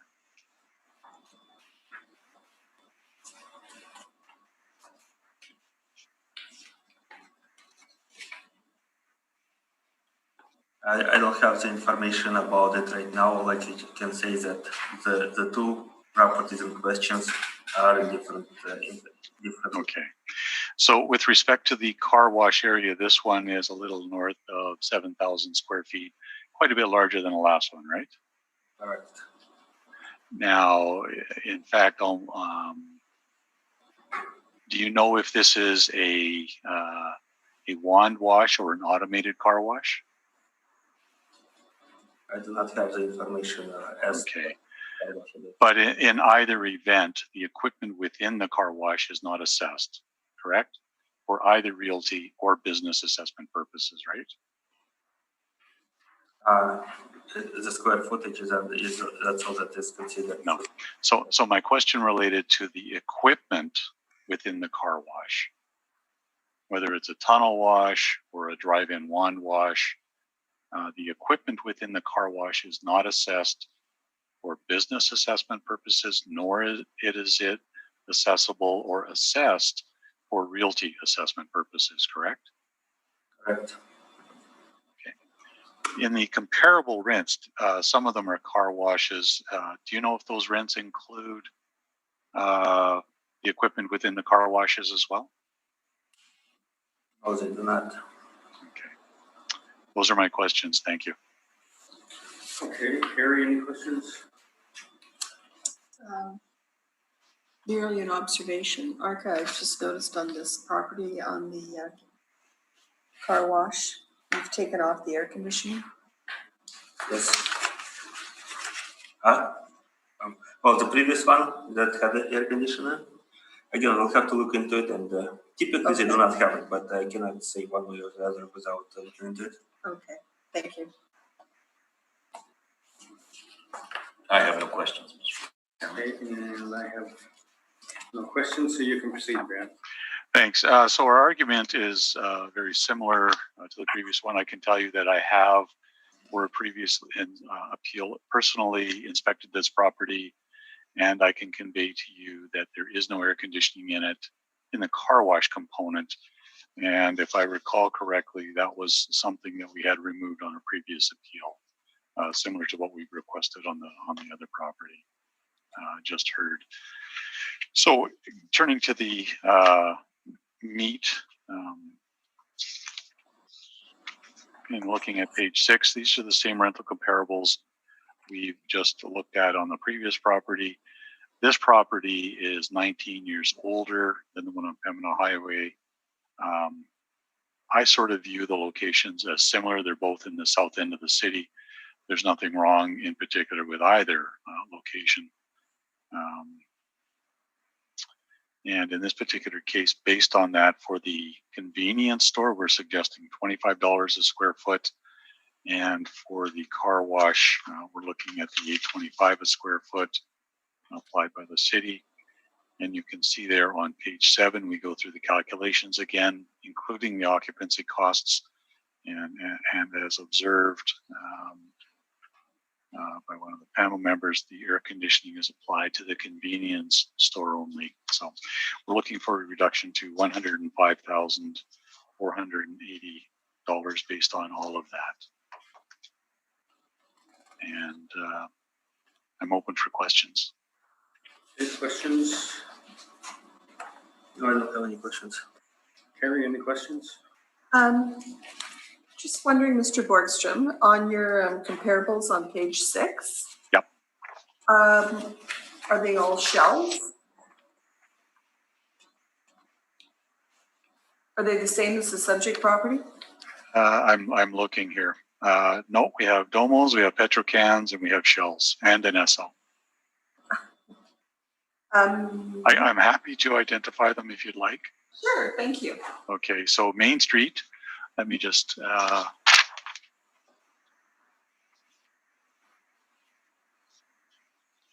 so comparable number 1 is an ESO.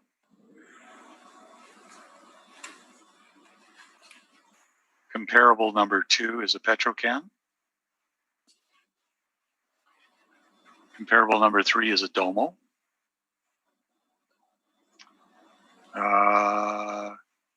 Comparable number 4 is a Petrocan, and the last 2 is actually a single lease. That's an overall rate for a convenience store and car wash. That's a shell. So it's the convenience store and car wash. Okay, thank you. Do you have an effective age on the properties? I see there's one on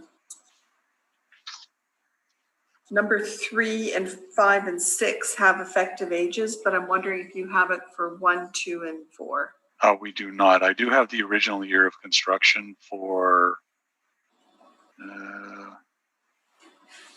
the original ages for number 3, 1956 and 2002.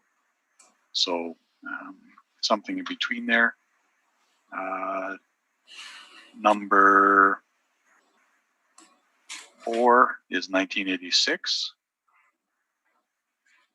And what we have for numbers for the last two, the shell, we have the property is not just the gas station, that's the lease for the gas station. And the year of construction for that was between 1975 and 2007. So there's a range, there were some additions, some remodeling. So. Thank you. Yep. Okay, I have no questions, so thank you for that. Mr. Chairman, I have a question. Okay. Comparisons 1 to 4, do any of them have car washes?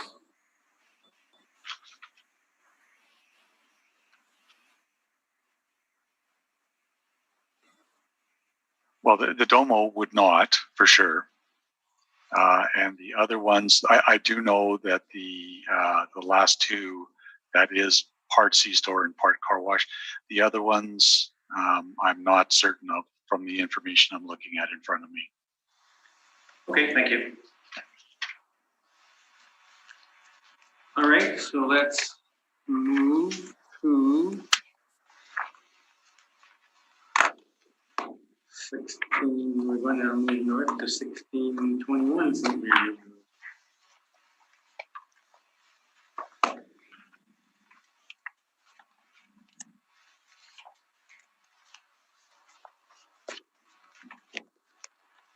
All right, so Marker, you can proceed.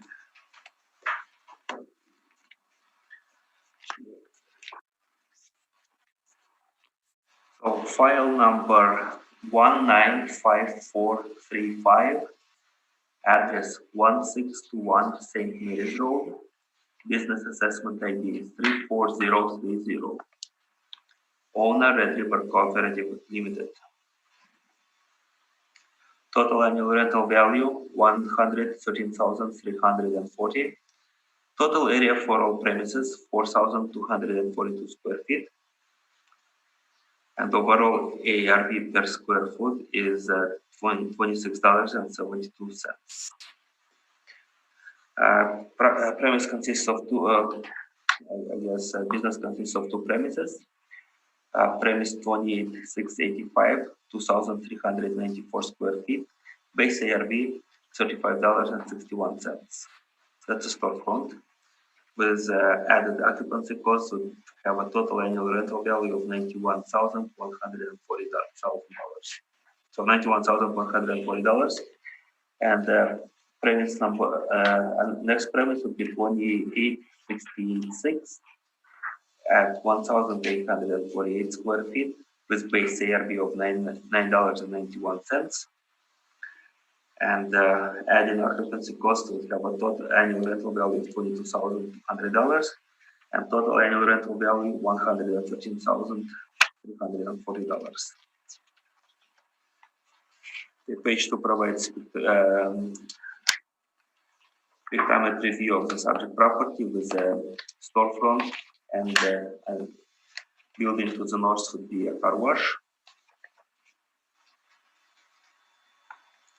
Page 3 provides comparable leases for storefronts as well as car washes, and the last page has a realty board of revision order, which has again, which states that net operating income was used that is presented by Assessment Taxation Department, and cap rate was used at 6.25%. Thank you very much. Any questions, Brad? I do, and actually just a couple, and I don't want to belabor the point. So do you know when this property was built? 1 second.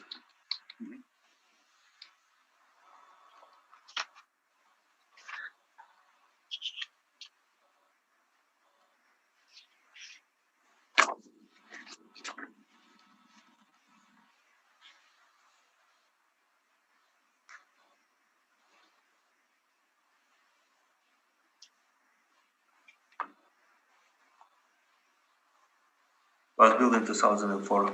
In 2004. So when we were discussing the previous property built in 1989, you made the suggestion that the rental rate assigned was based on its size, and the rental rate was $35.12 a square foot.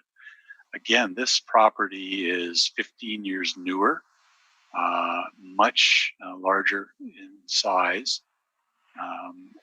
and yet the rental rate, bear with me, the rental rate on this one is $35.61 versus the previous one at $35.12. It's 15 years older. Bigger building. So you suggested previously economies of scale. It's also newer. Can you account for how the model has arrived at this rate or the previous rate?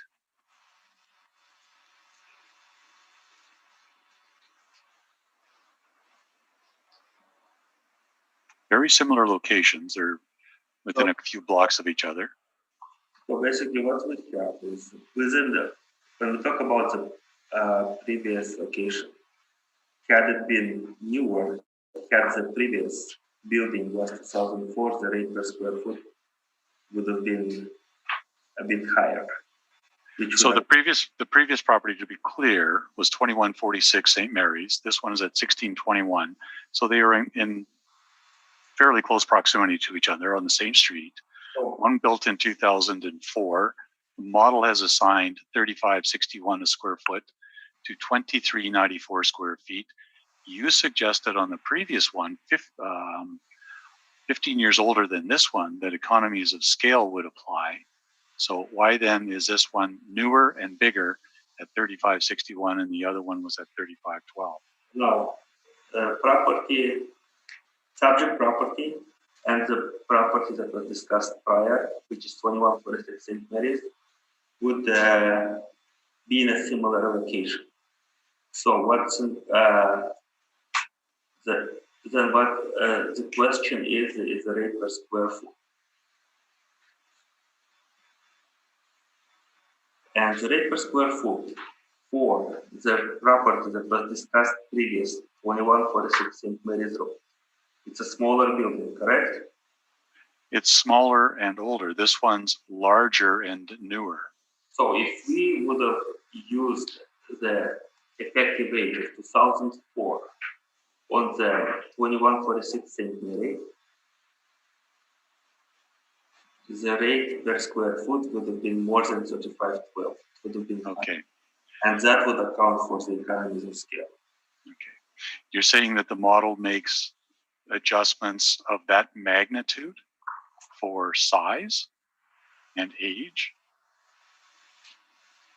Oh, I answered the question about your question, right? So now my question is, does the model make adjustments of that large a magnitude for age and for size of premise? Our model makes adjustments. I'm not going to go into the specifics of and magnitudes.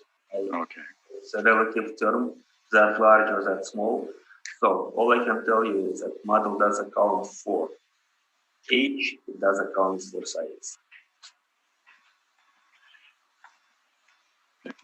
And those are my questions. Thank you. Okay, Brent, questions? I have no questions. Barry? I have no question. Okay, so Brad, you may proceed with your presentation. This is everybody who's been on St. Mary's Road near my favorite wine store will know the location of this property. It's almost opposite Banville and Jones. It is a two separate structures, one being the convenience store. We show a somewhat oblique on our page 4. And there you see the pump tanks and canopies drive in, and there you see the separate car wash. Now, in this particular case in 2004, the rental comparables that we show here are for newer retail locations, retail rentals of retail stores.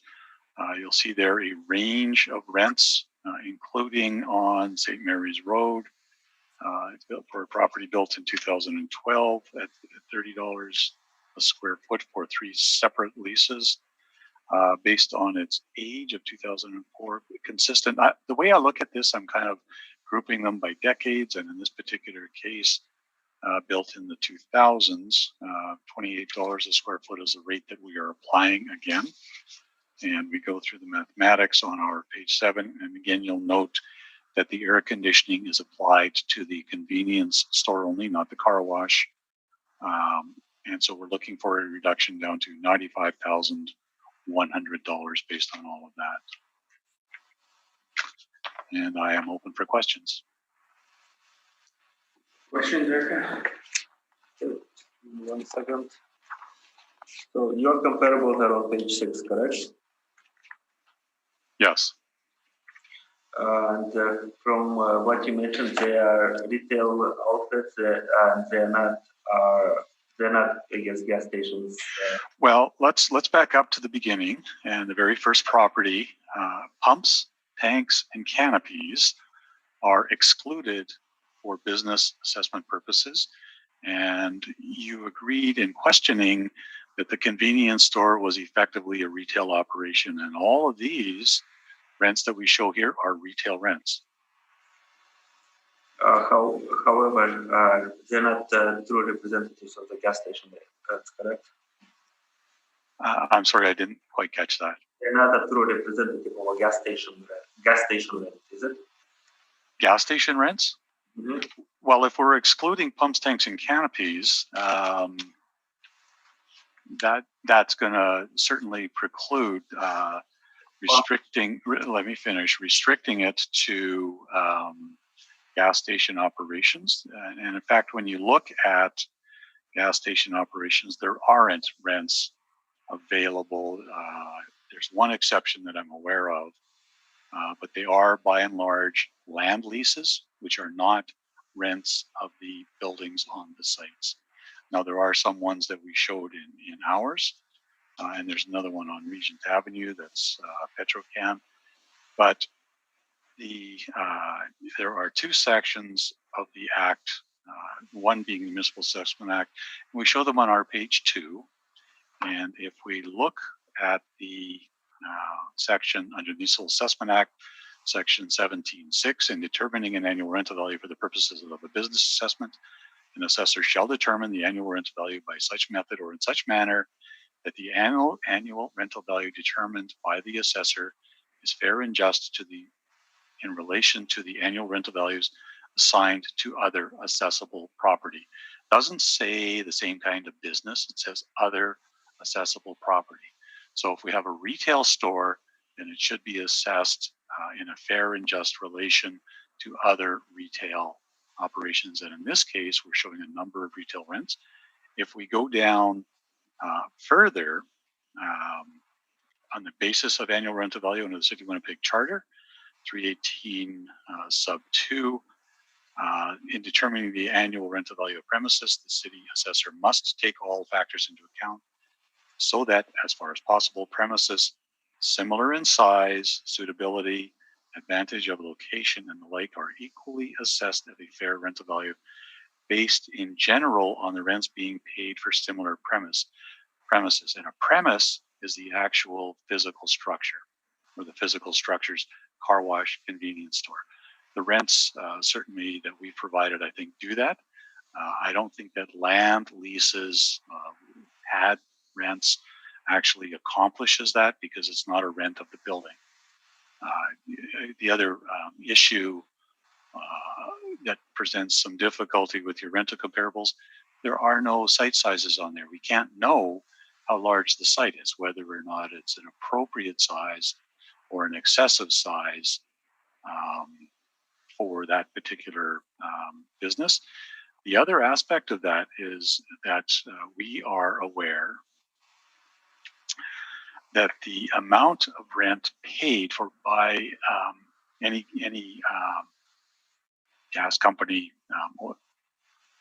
Red River Co-op, Domos, is based on a formula based on the amount of business not the rent that they're prepared to pay, but the amount of business that they can generate in any particular location. I know for a fact that is, in fact, Domo's model. They do a calculation based on the number of liters that they can pump in each location on an annual basis, and that's how they calculate the rent that they're prepared to pay for the land in that location. And so it's related to the business that they can generate and not the rental value of the buildings. Okay. But so nonetheless, so those are not gas station. I've already agreed with that. And are they in the mall or are they standalone buildings?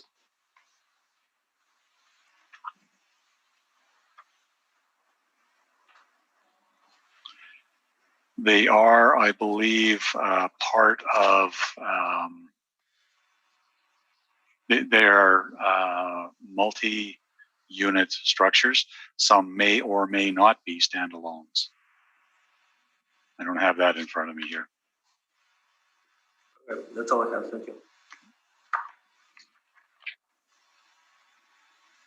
Okay, Brent, I have no questions. Gary, I have no questions. all right, thank you. We will go to, keep moving over, 9:30. I'm what? Okay, we're going to take a 10-minute break. Okay, and I'm wondering if we might push 930 St. Mary to the end because it is not a gas station, whereas the one remaining on Grant is. So we're dealing with similar issues. We can switch them around there. Yeah, it just would seem to make sense to me. All right. 10-minute break, so that parking can be removed. Depends on how. Yeah, I don't anticipate.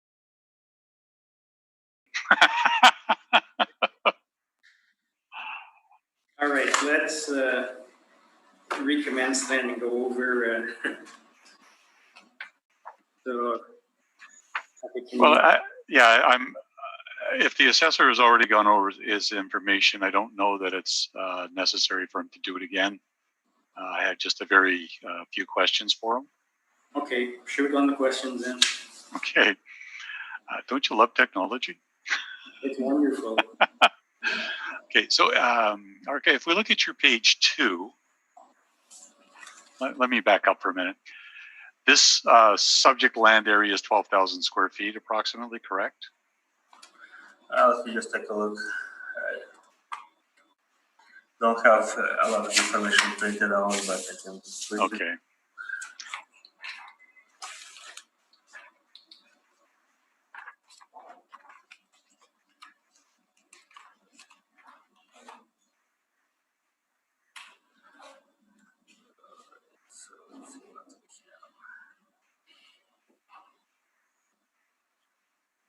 Well, 12,000 square feet. Now, does the model have a particular ratio in terms of site size for which it would make an adjustment if the site is deficient in size? No, I cannot tell you right now. Okay, fair enough. So if we look at your page 2, that's sort of an oblique angle. You'll see also there beside the convenience store, that's a propane tank, right? To the west of it, I think so. Yeah. Yeah.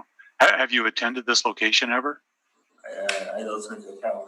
Okay, so I stop here frequently because it's on my way home. In any event, so would you agree with me that a small site such as the subject property limits the number of pumps and capacity that you could actually place on the site? I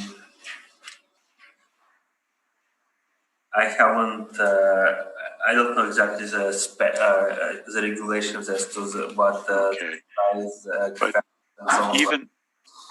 Even visually, though, you'd agree with me that you're not going to be able to have 12 pumps in this location, right?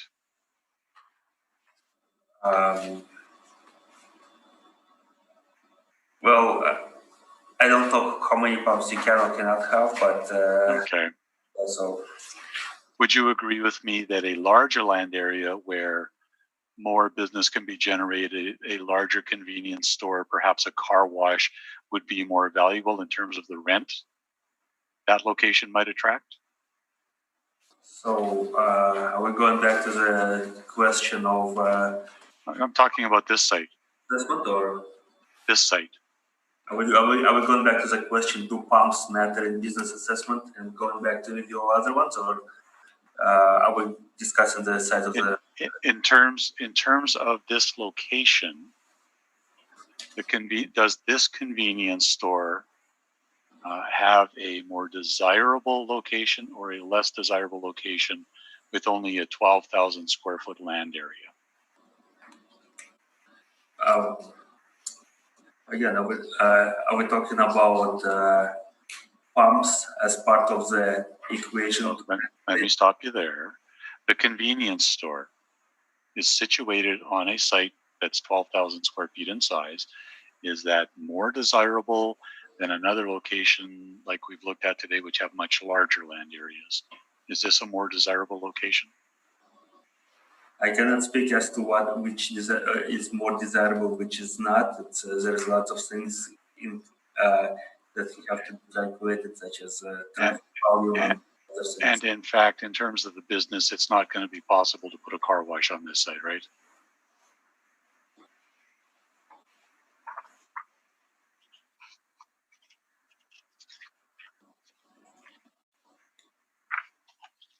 So whether, again, possibility of a car wash is beyond the scope of this. Okay, fair enough. So,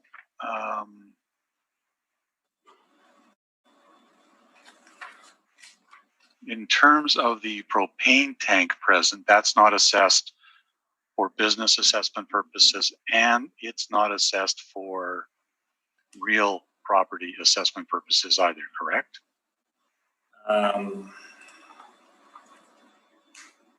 I just don't have the information right now. You're not sure? Whether propane tanks are assessed or not. Do any of your rental comparables have propane tank services available?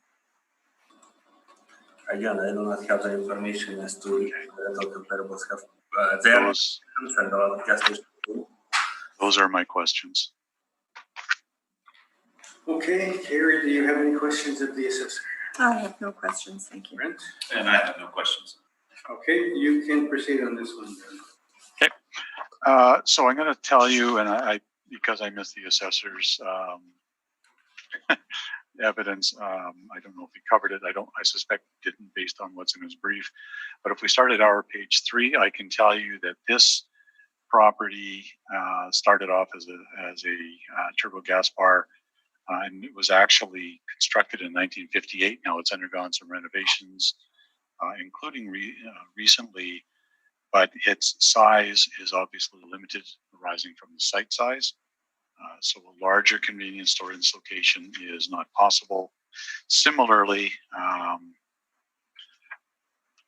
the pumps, tanks, and canopies are not accessible, but they do impact because they require space on the site. So same rental comparables on page 5 as we've shown in previous ones.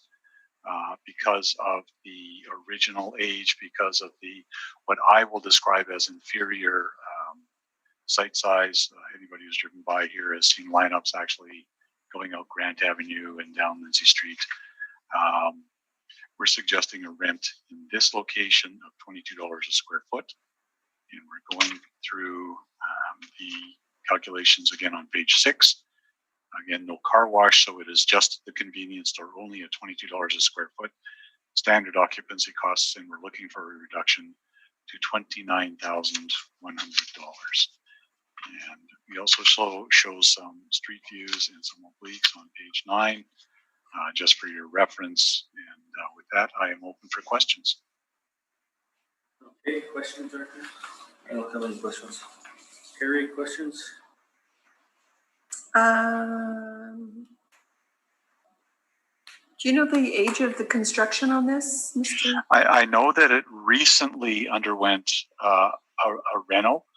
I would describe, because I was in there when it was undergoing it, I would describe it more as a reconfiguration and cosmetic. It wasn't structural. They didn't change the size. The exterior, I can't speak to that because I don't have a clear recollection of it. I do know that the interior was renovated, but when you walk into it, it looks like any other co-op store that you're going to walk into.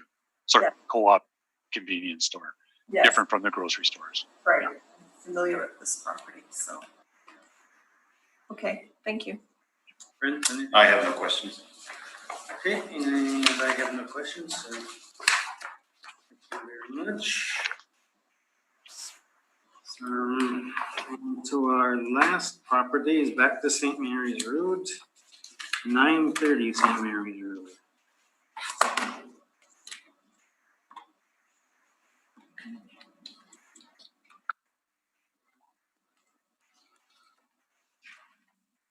So you can proceed. Just bear with me for one moment. I'm still opening this one up.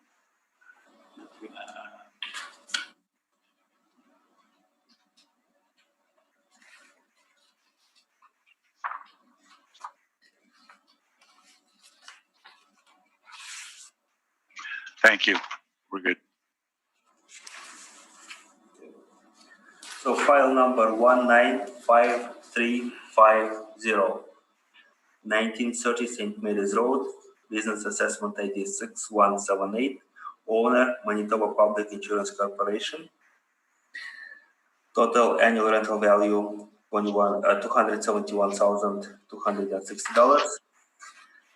Total area 17,694 square feet. Overall ARV $15.33. This business consists of two premises.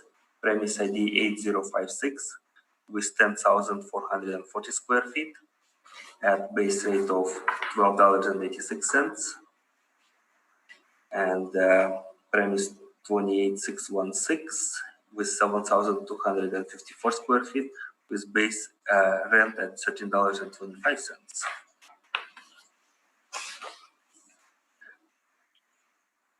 And again, I will repeat, total annual rental value is $271,260. So we have page 2, we have a view of the property in question, and it's empty Manitoba Public Insurance building that consists of the vehicle inspection station as well as office part for it. So page 4 provides comparables for the vehicle service garages. There are 33 comparables in the mix there, and with the prices per square foot listed as it, and last page would provide the Board of Revision decision for the realty part of this property. That's all I have. Thank you very much. Any questions, Brent? Yeah, I do, and I was just looking for. I prepared a substantial rebuttal brief for the rental comparables that the assessor is showing on his page 3, but I can't lay my hand on it at the moment, so we'll just wing it here. Arca, it's fair to say that the rental so let's back up and start again. Subject property is an MPI service center, correct? Yes, it is. Yes, and it has arising from that significant component of office space, yes? Yes, part of it is office space, yes. Yes, and it has another component that is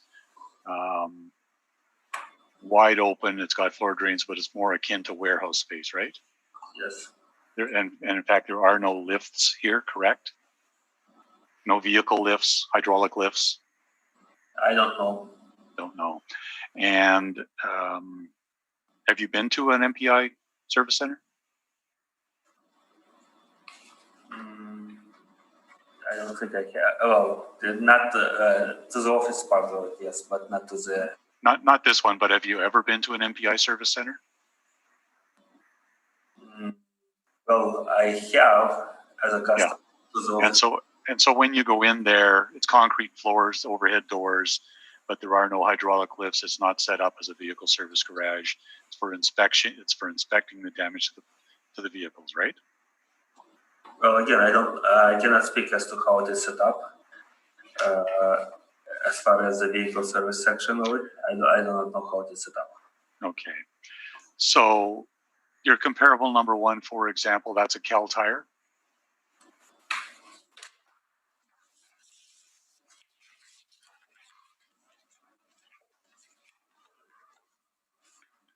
Yes, it is. And so that has multiple doors, but multiple hoists set up for installing and repairing tires, right? Yeah. Yeah. Very different kind of structure and business. In fact, physically, the structure is different, right? Well, they are different, yes. Okay. And as we go through them, there are a number of them, and I can go through them one at a time if you like, but generally speaking, they are Midas mufflers, fountain tires, similar types of operations. I know that the one at 1870 King Edward is it's a leased property, King Trailer repairs, and they build them out there. That's a client, so I'm familiar with that one. But by and large, they are Speedy Auto Glass, Fountain Tire, Midas muffler shops, right? Oh, they are vehicle service repairs garages, right? So they're Okay. Shall we go over them one at a time?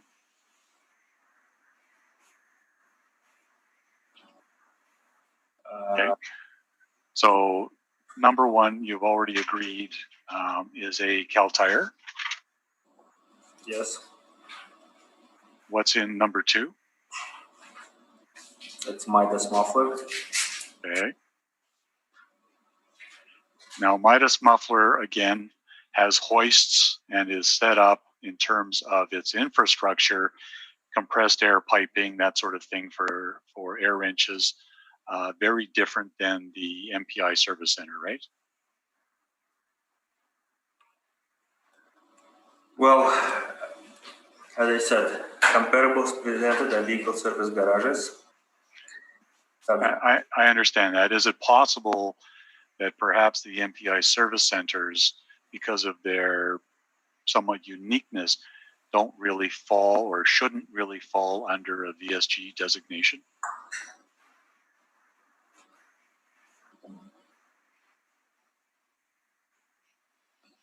Well, they are part of the. I understand that that's how they've been assigned, but they are different and somewhat unique as compared to your standard VSGs, right? In a sense of, well, they are.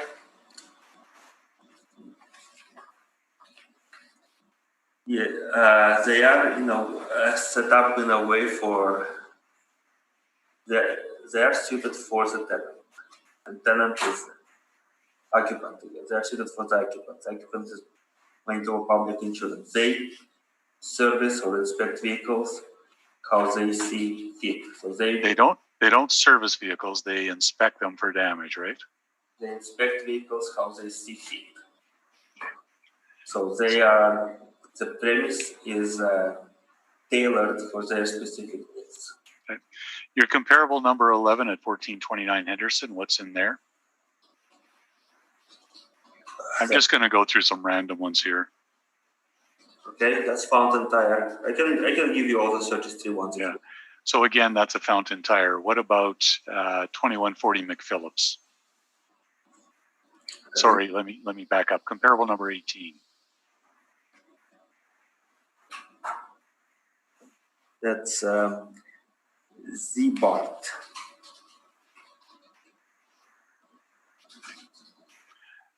$970 Portage. Your comparable number 20. That's Minute Muffler. Minute Muffler. So Similar thing with hoists, the infrastructure for air wrenches, that sort of thing. Yes?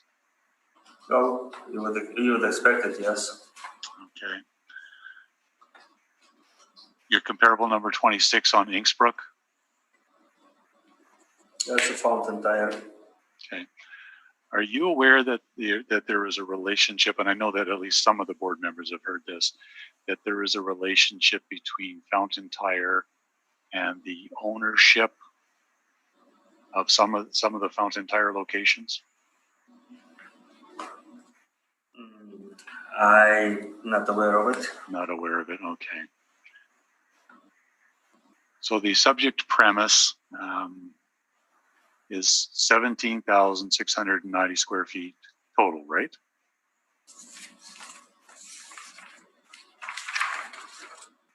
Yes. And on the realty roll, there's also a Dairy Queen restaurant or little Dairy Queen store in one corner of the site, but that's not included in this premise, correct? Correct. So it's only the MPI service center that we're looking at, correct? Correct. So of all of your rental comparables, you have 3 of them that are over 10,000 square feet in size, correct? Yes. Now, were you aware that there was an MPI service center on Main Street that was built to suit and is leased on an arm's length basis? I believe so, yes. But you don't show that in your comparables here, correct? No, it's not on this comparable list. Okay. Now, you've indicated that there should be adjustments for economies of scale. And when we're looking at your comparables, which are, from what I can see at a quick glance, as low as 2,000 square feet, you would need a significant adjustment for economies of scale, right?